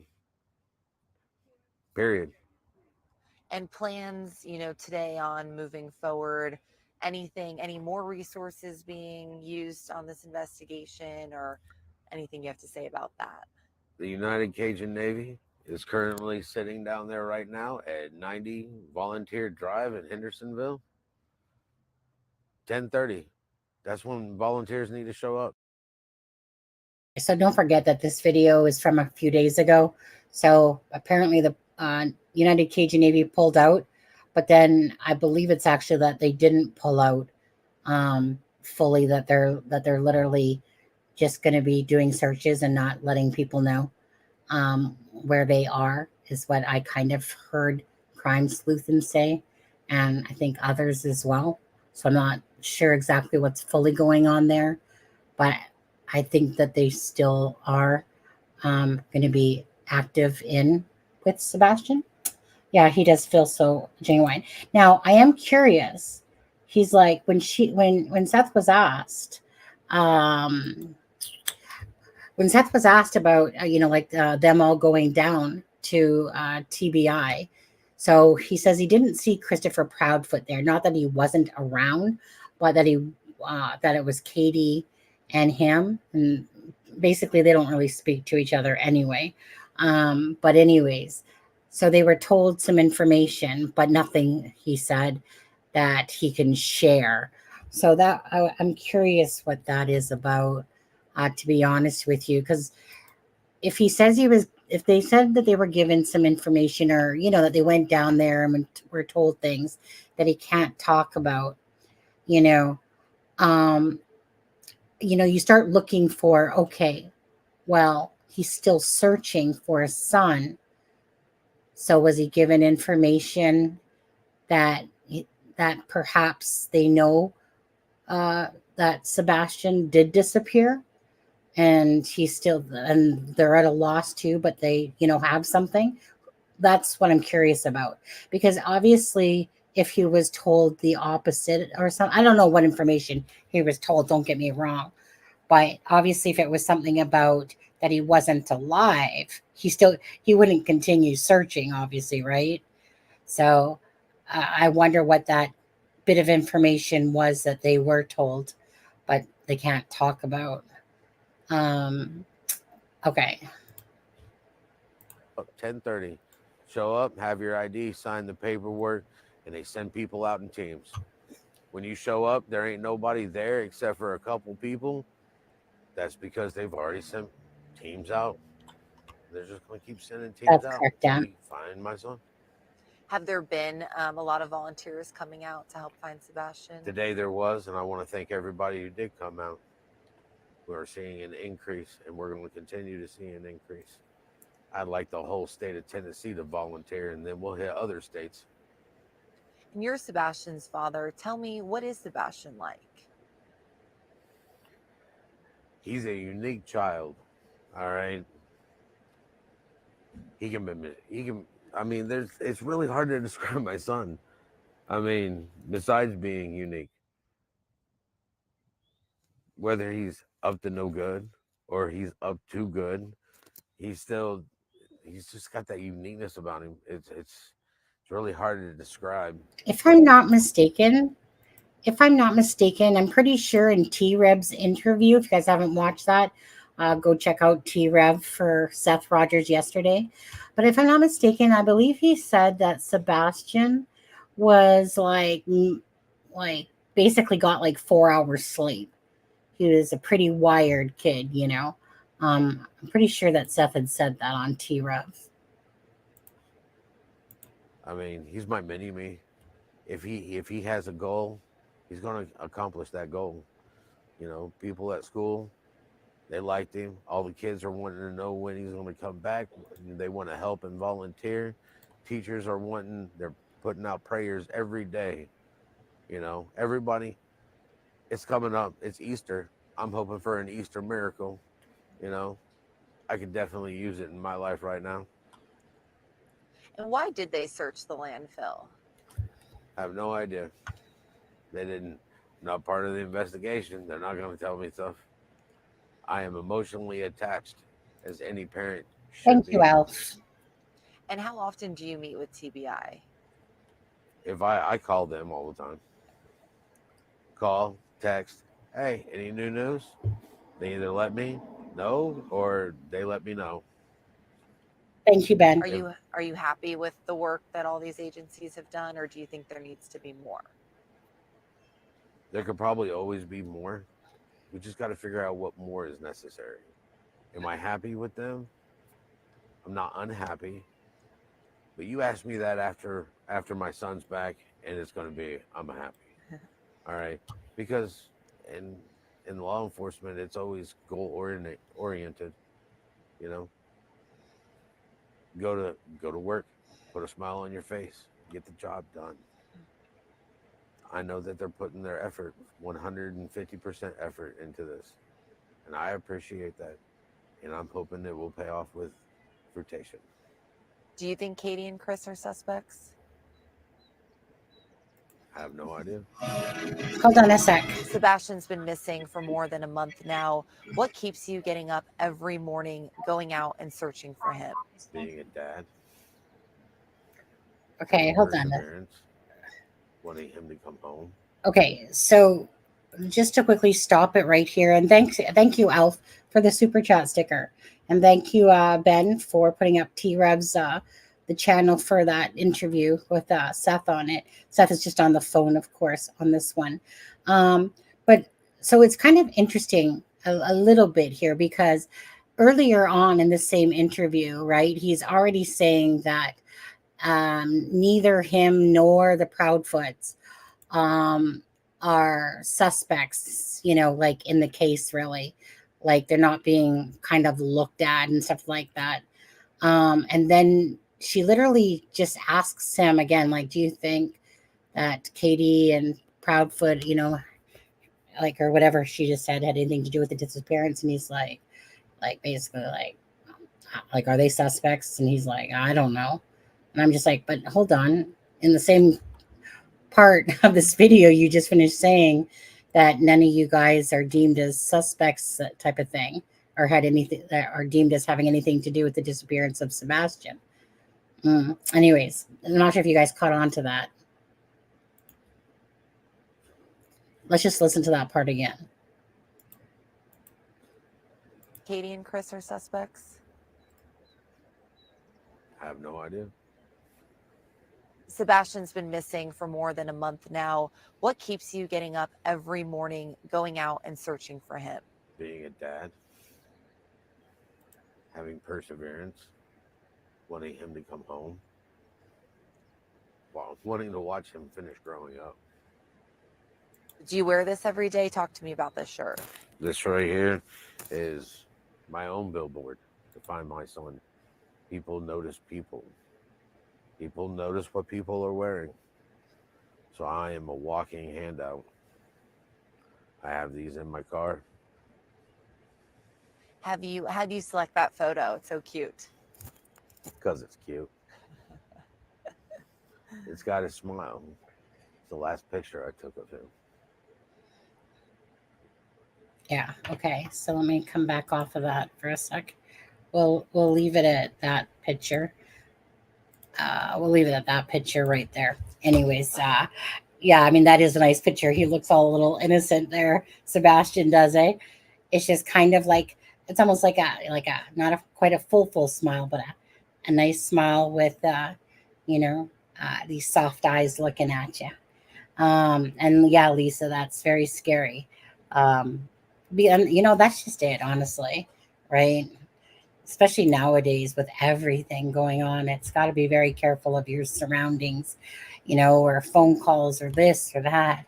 People have to be very proactive in, scams and lures and all these different things. So, yeah, I mean, I just wanted to play that one again, like I said, because they talked about the TBI information. I don't know what that information is. I'd be curious what that information was for sure. Like, was it just an update about what they're working on, what they're following, some leads or something like that.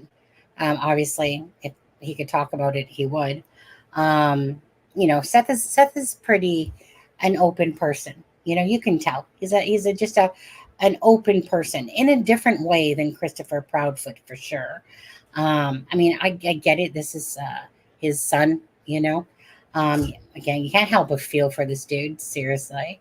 Again, so if anyone does, I'll put that back up there for a second. Sebastian, we'll go back here. So there's the Cash App there.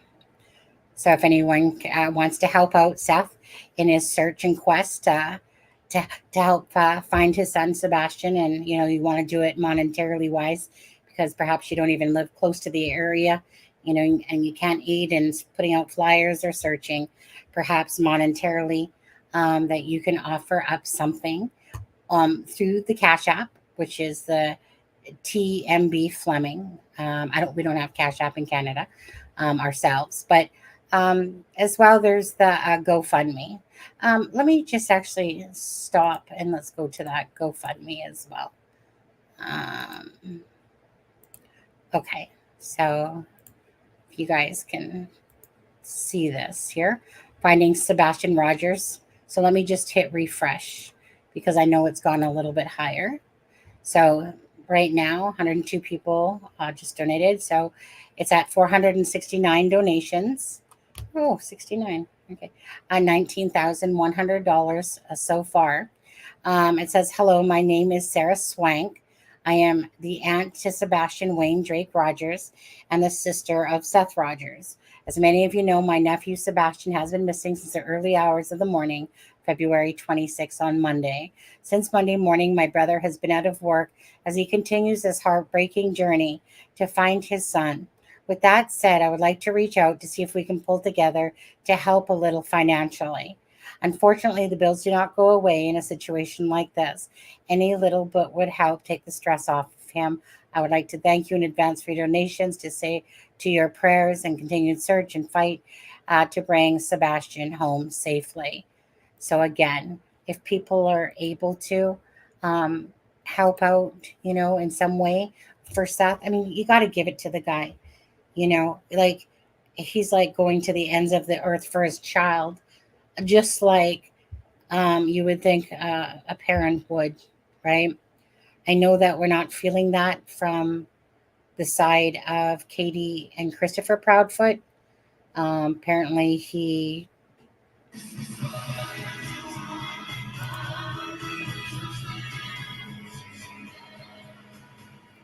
Thank you, Elf. $5, thank you. Shouldn't the dogs have picked up the scent when you walked outside? What about the car? Right. So, and thank you all for that super chat. So, to answer your question, well, I mean, the dogs didn't. So, let's get this correct. The information that Seth was given about the construction site, there was no scent picked up. So, Seth was told that, but then he was told that that was misinformation and it was not accurate. And no, there was no scent picked up at Sebastian at that construction site. So again, right, just trying to put out the information. That's not because I just heard that somewhere. It's because Seth has talked about that. And again, because obviously the LE has talked to him about that. Now, the dogs, that's just it. The dogs didn't pick up any scent. Now, I think it rained the day before, but I remember a guy saying that I think canines can like hit up on a scent. If you're like, let's say you're walking around the area or going to the bus stop, can hit up on of a scent for 7 days, but bloodhounds can actually smell it longer.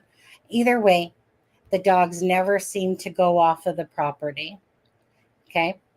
Like they were all right there kind of at that property thing and didn't pick up any sort of scent for him. You would have thought that, who said that? Was it Seth that said that? Or somebody said that about the dogs being yappy. I think it was Seth. I want to say Seth said that about like the little Yorkies, barking. Somebody said that recently. Anyways, bottom line is the dogs are put into the living room, which is near that front door. You don't like this is what I'm saying. I just go back and forth. I don't know. I'm looking at all possible angles. I'm sure you guys are too. Right? I'm trying to have a very open mind to all angles of this case. Absolutely. Whether it's looking at the Proudfoots, looking at the runaway part, looking at someone aiding in helping Sebastian leave.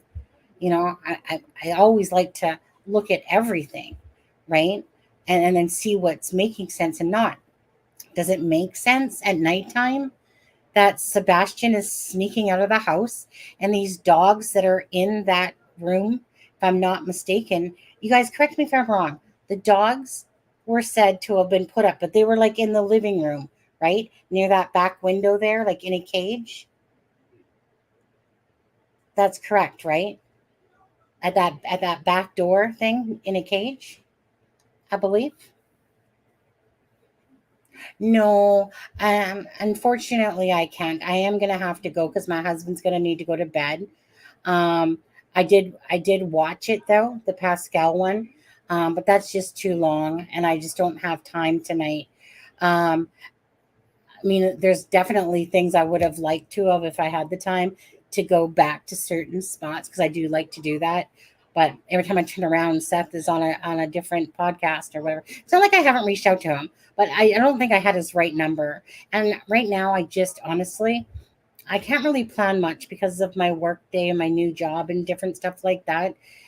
So it's not like I can do an interview in the morning or something like that. But don't. It's not like not reaching out doesn't cross my mind to people, right? Some people are a little bit more definitely like this person talked to this person, this creator, so they got the number from that creator because they asked Seth if it would be okay if they called him. Da da da da da. Anyways, those other creators are doing a good job as well, getting information, from Seth and giving us more information, as it goes on and stuff like that. Um,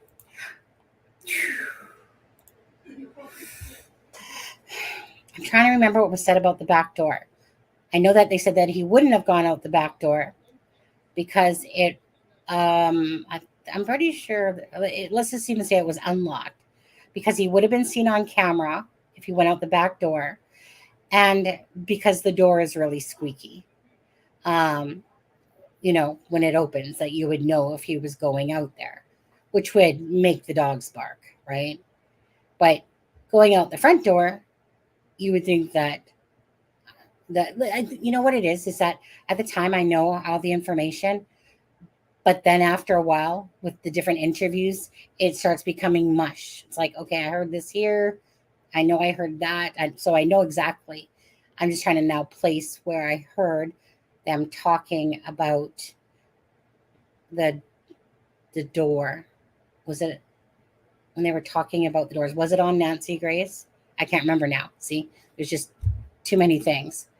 The Proudfoots have done no favors to themselves by adding to a timeline, not adding to a timeline, adding more to a timeline, and honestly, they've just done a really bad job at doing that. Nancy Grace, yes, okay. So, like I said, according to the Proudfoots LE, like they kind of went through the scenarios about the doors, about why it had to be like the most likeliest door was the front. Southern Proudfoot. I mean, and right, and left without shoes. I keep wanting to dismiss that because I almost don't buy it. I almost don't feel like I buy the fact that he left without shoes. I feel like he must have had some sort of flip floppy slippers on or something. But running away, if somebody's running away, okay, yeah, their phone's in the kitchen, but if the mom's sleeping, he can still get to the kitchen just fine. He doesn't take any money, right? The small keychain flashlight apparently is missing, right? Because according to the mom, she couldn't find it anywhere. So if she couldn't find it, it means that he must have taken it, you know. So all these things, no shoes, no jacket, no this, no that, you know. It's so frustrating. It's so frustrating because there's something there. There's something there that needs to flip that tables. Because whenever you look at this angle or this angle, it's like, okay, if there's no video and the LE, like, I mean, honestly, like they would have, if if they didn't get Christopher Proudfoot to take a polygraph test, there's a reason for that, right? It's the same reason that, um, if it's true, right? I mean, I would think it would be true. Of course, they would want them all to take, unless they had a solid alibi. So why waste the time and resources if there's a solid alibi? Hence why Seth Rogers never had to take a lie detector test, a polygraph, because he was at work and he can be confirmed on 6 different cameras, you know. But Christopher Proudfoot, so unless he just blatantly said no to them, right? They asked, doesn't mean he has to take it, right? So we don't know that answer truly. So hopefully Nancy does hold up her end to what she said and get him to take one, because he could have declined the polygraph for all we know. And then he comes along posting, oh yeah, we all took one, we passed, you know. So either he has a strong enough alibi because he said he is offered blah blah blah blah blah, and they haven't given him one.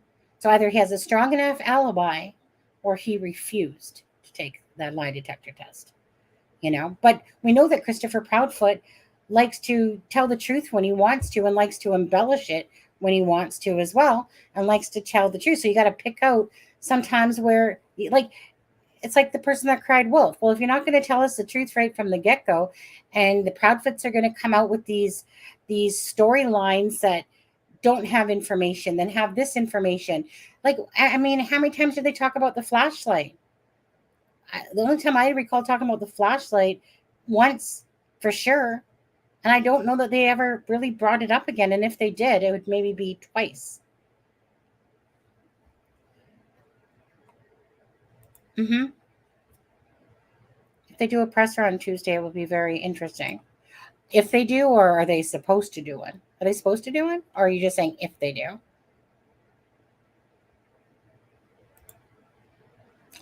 I don't know, Sharon. Maybe. But again, to me, if Seth confirmed it, that he was in Memphis, you know, maybe, you know, I think it could be Sharon, but I'm going to probably think more so it's about the fact that when somebody doesn't make a company look good, and he's talking about these abuse charges and stuff like that, or CPS, you know, there's something there for sure, because no company's going to be like, oh, your stepkid's missing. Oh, let's just fire your butt.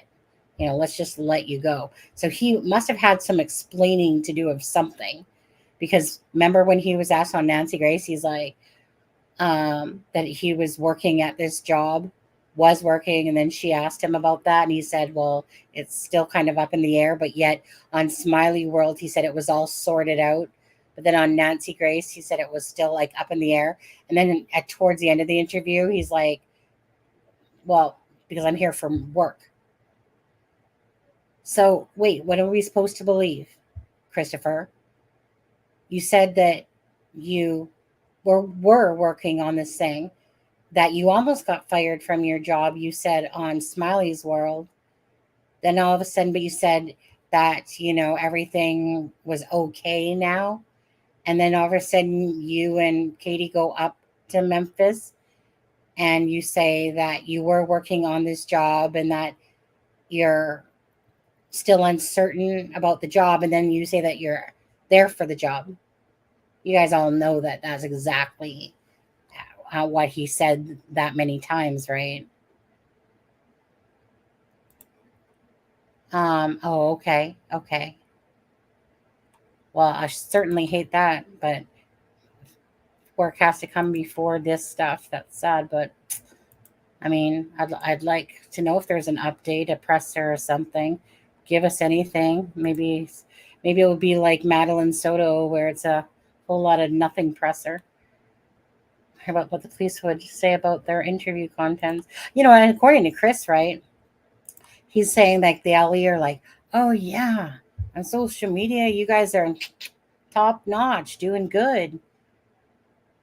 He needs to answer questions about everything. Yeah. Well, again, so Patricia, going back to what I said earlier, so Seth wanted to know that his son was alive on the 25th. So he asked to see the video. Seth would also right? And maybe you can call this assuming, because he said that Chris was in Memphis. Like when he was asked a question, I can't remember exactly what that question was, and Seth was like if I don't know if it was like something like, did he have something to do with it, or do you whatever? And he's like, no, he was in Memphis. And so to me, for Seth to say that, I would gather or think that's because he want to know, and I'm sure Ali would have told him that yes, that's Chris was in Memphis. For Seth to say that himself, he's a cop. He's not just gonna go off the fact because he believes he was there. He's gonna want to know for sure that Chris was actually in Memphis. You know, and I don't believe that any neighbors saw his vehicle back and stuff like that. I don't have any reason to, I never had a reason to disbelieve that Chris was in Memphis because, like I said, the LE, the TBI, they're not dumbasses, right? Um, in a sense. So they, like I said, if he was lying about all that, he would have to lie about, like, oh, what a web we weave, about his GPS on his vehicle, the people that he was working with, the camp where he stays at in the camper. Like every one of those people would have to be lying. Where is it would have been natural when Seth called back to ask her. Yeah, well, he never said anything about that. In fact, his communication really has just always been with Christopher. Christopher helped him search. Um,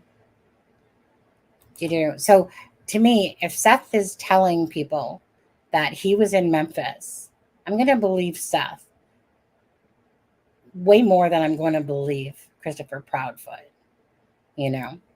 But I'm going to believe TBI, of course, first and foremost. But TBI didn't come out and say, I mean, they've said that Christopher was working away in Memphis or whatever they've said. But like I said, Seth is a cop. He's going to do his due diligence.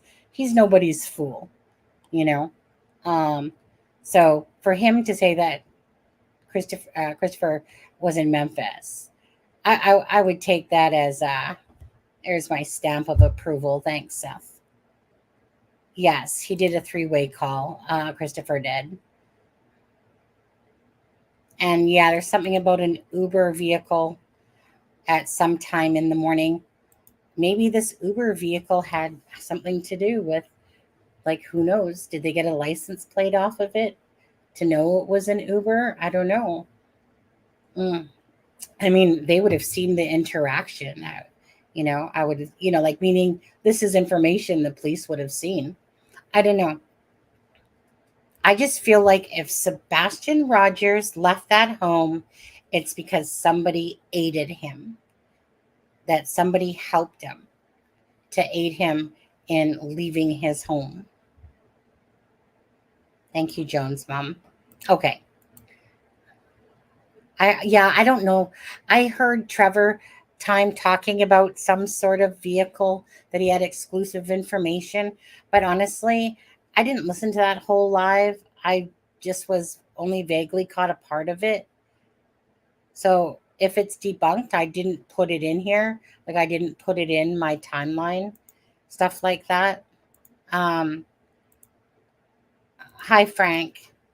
Bye, Frank. Okay, you guys, I need to get going. It's 10 o'clock. I appreciate so much. Thank you, Lori, for becoming a member. And thank you, Elf, for the 2 super chats. And again, congratulations to the people that got 5 Criming Shame gift certificates. Tomorrow is April Fool's Day, April 1st. Maybe Sebastian will pop up and go, Dad, you're fools. That would be a nice gift for Seth Rogers for sure. Anyways, I'm gonna I'm gonna touch up that timeline for tomorrow, and then I'll drop it out so that people can kind of have again, like for anyone that sees it, it's all about bringing awareness to Sebastian's case. Here's info of everything. that you need to know with regards to the timeline, his face, his home, everything like that. So all I'm going to ask is when I do drop it, can you even, I only showed you parts of it on the live today. If I do drop it, or when I do drop it, could you guys please share it around? The whole point of doing that timeline was not just for you guys, it was so that it could be spread around with the factual information or the information that we know without the drama of anything being brought in. Just again, things that we know about the landfills, like the landfill search happened. Da, da, da, da, da. So, anyways, I appreciate you guys. Thank you, mods, for everything you do. Okay, yeah, I'm gonna go put my head on my pillow soon with my iPad. I like to do my iPad surfing, but my husband does need to get to work. Okay, fine. I gotta show my husband's windmill off because I told him that the thing that makes this windmill is the part that I did, which is the little porch at the bottom where the door is. You guys see that? Okay, one more time. One more time. So my husband is convinced he's going to sell this thing. I'm like, yeah, that thing ain't going anywhere. That's staying right in our house. Thank you, husband, for building it, though. He's like, nope, selling it. And I'm like, on Facebook, I'm like, nope, it's not moving. In fact, it's in the kitchen right now, looking awfully big, sitting on the counter. Okay, stop screen. Let's share screen quickly, and we'll go to this. Okay. There's Seth Rogers. There's Sebastian. Again, it's all about bringing awareness to Sebastian Rogers. Hopefully, people can help aid, whether it's through the GoFundMe or this is Seth Rogers Cash App, by the way. It's not no scamming Cash App. It is Seth Rogers Cash App. So if people can do that, again, I'll drop the thing tomorrow. We'll have the Cash App and the GoFundMe on there, but you guys can easily, here it's going to be hard to find. So you can scan the code, send them $5, something like that. Help with the GoFundMe. This guy needs help, and we see people all the time helping people out on GoFundMe's and different things to help a family out. This father is determined to find his son, and he needs to have the ability to be able to do that. It's not like work is just going to be like, here you go, let me just keep paying for, da da da da da for you. We don't even know what his circumstances are there, but he kind of talked about it. But again, at the end of the day, bills still need to go. The searches, different things that he needs to buy or purchase, a gas money, all those different things, it all stuff that adds up, and he's on a mission to find his son. Thank you, Patricia. No, when a case has meaning, to this channel, there's lots of cases out there, but this one has my heartstrings. Absolutely, it's frustrating. I want to know what happened to Sebastian Rogers, and I want to make sure that we do Sebastian Rogers justice and keep his face out there. Like I said, have that hope that there is this hope that he might have aided in being not taken from his home. I wouldn't say so much as being helped, so there is that hope out there still for Sebastian, unlike some of the other cases. Actually, to be honest with you, I was watching this case last night, and it was about this autistic child. I'll say he was 19, autistic and ADHD, depressing. 19 years old.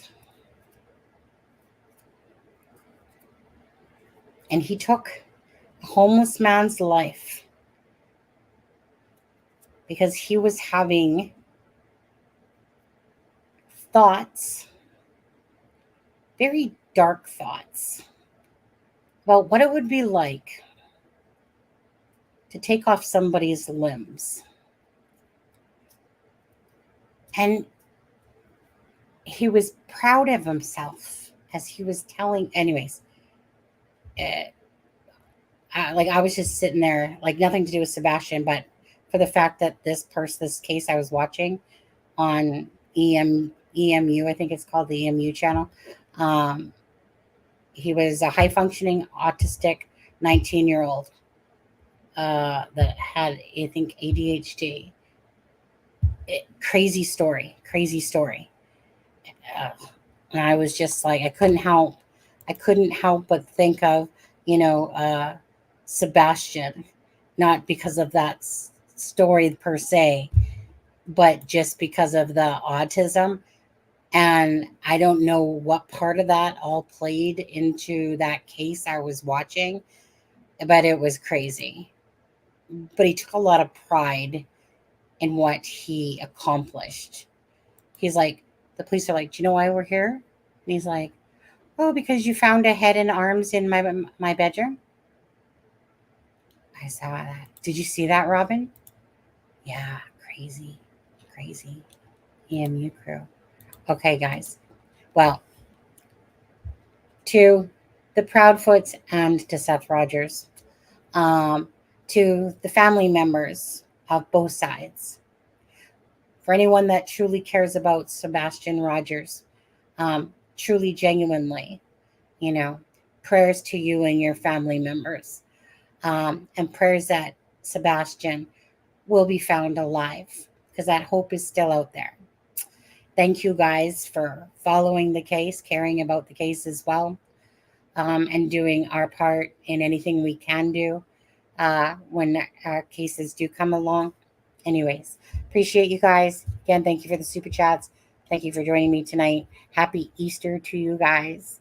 And no, I want to see that Caleb one. I do.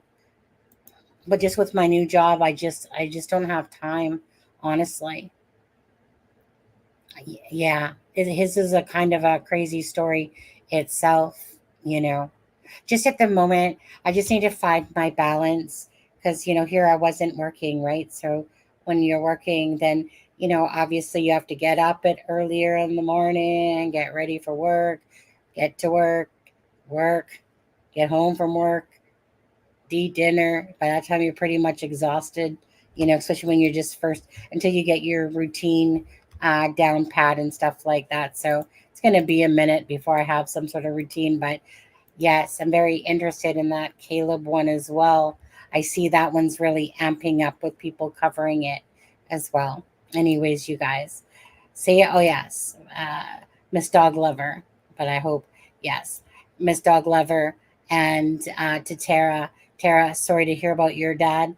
And Miss Dog Lover, I hope you're feeling better, and that you did go to the ER and check that out.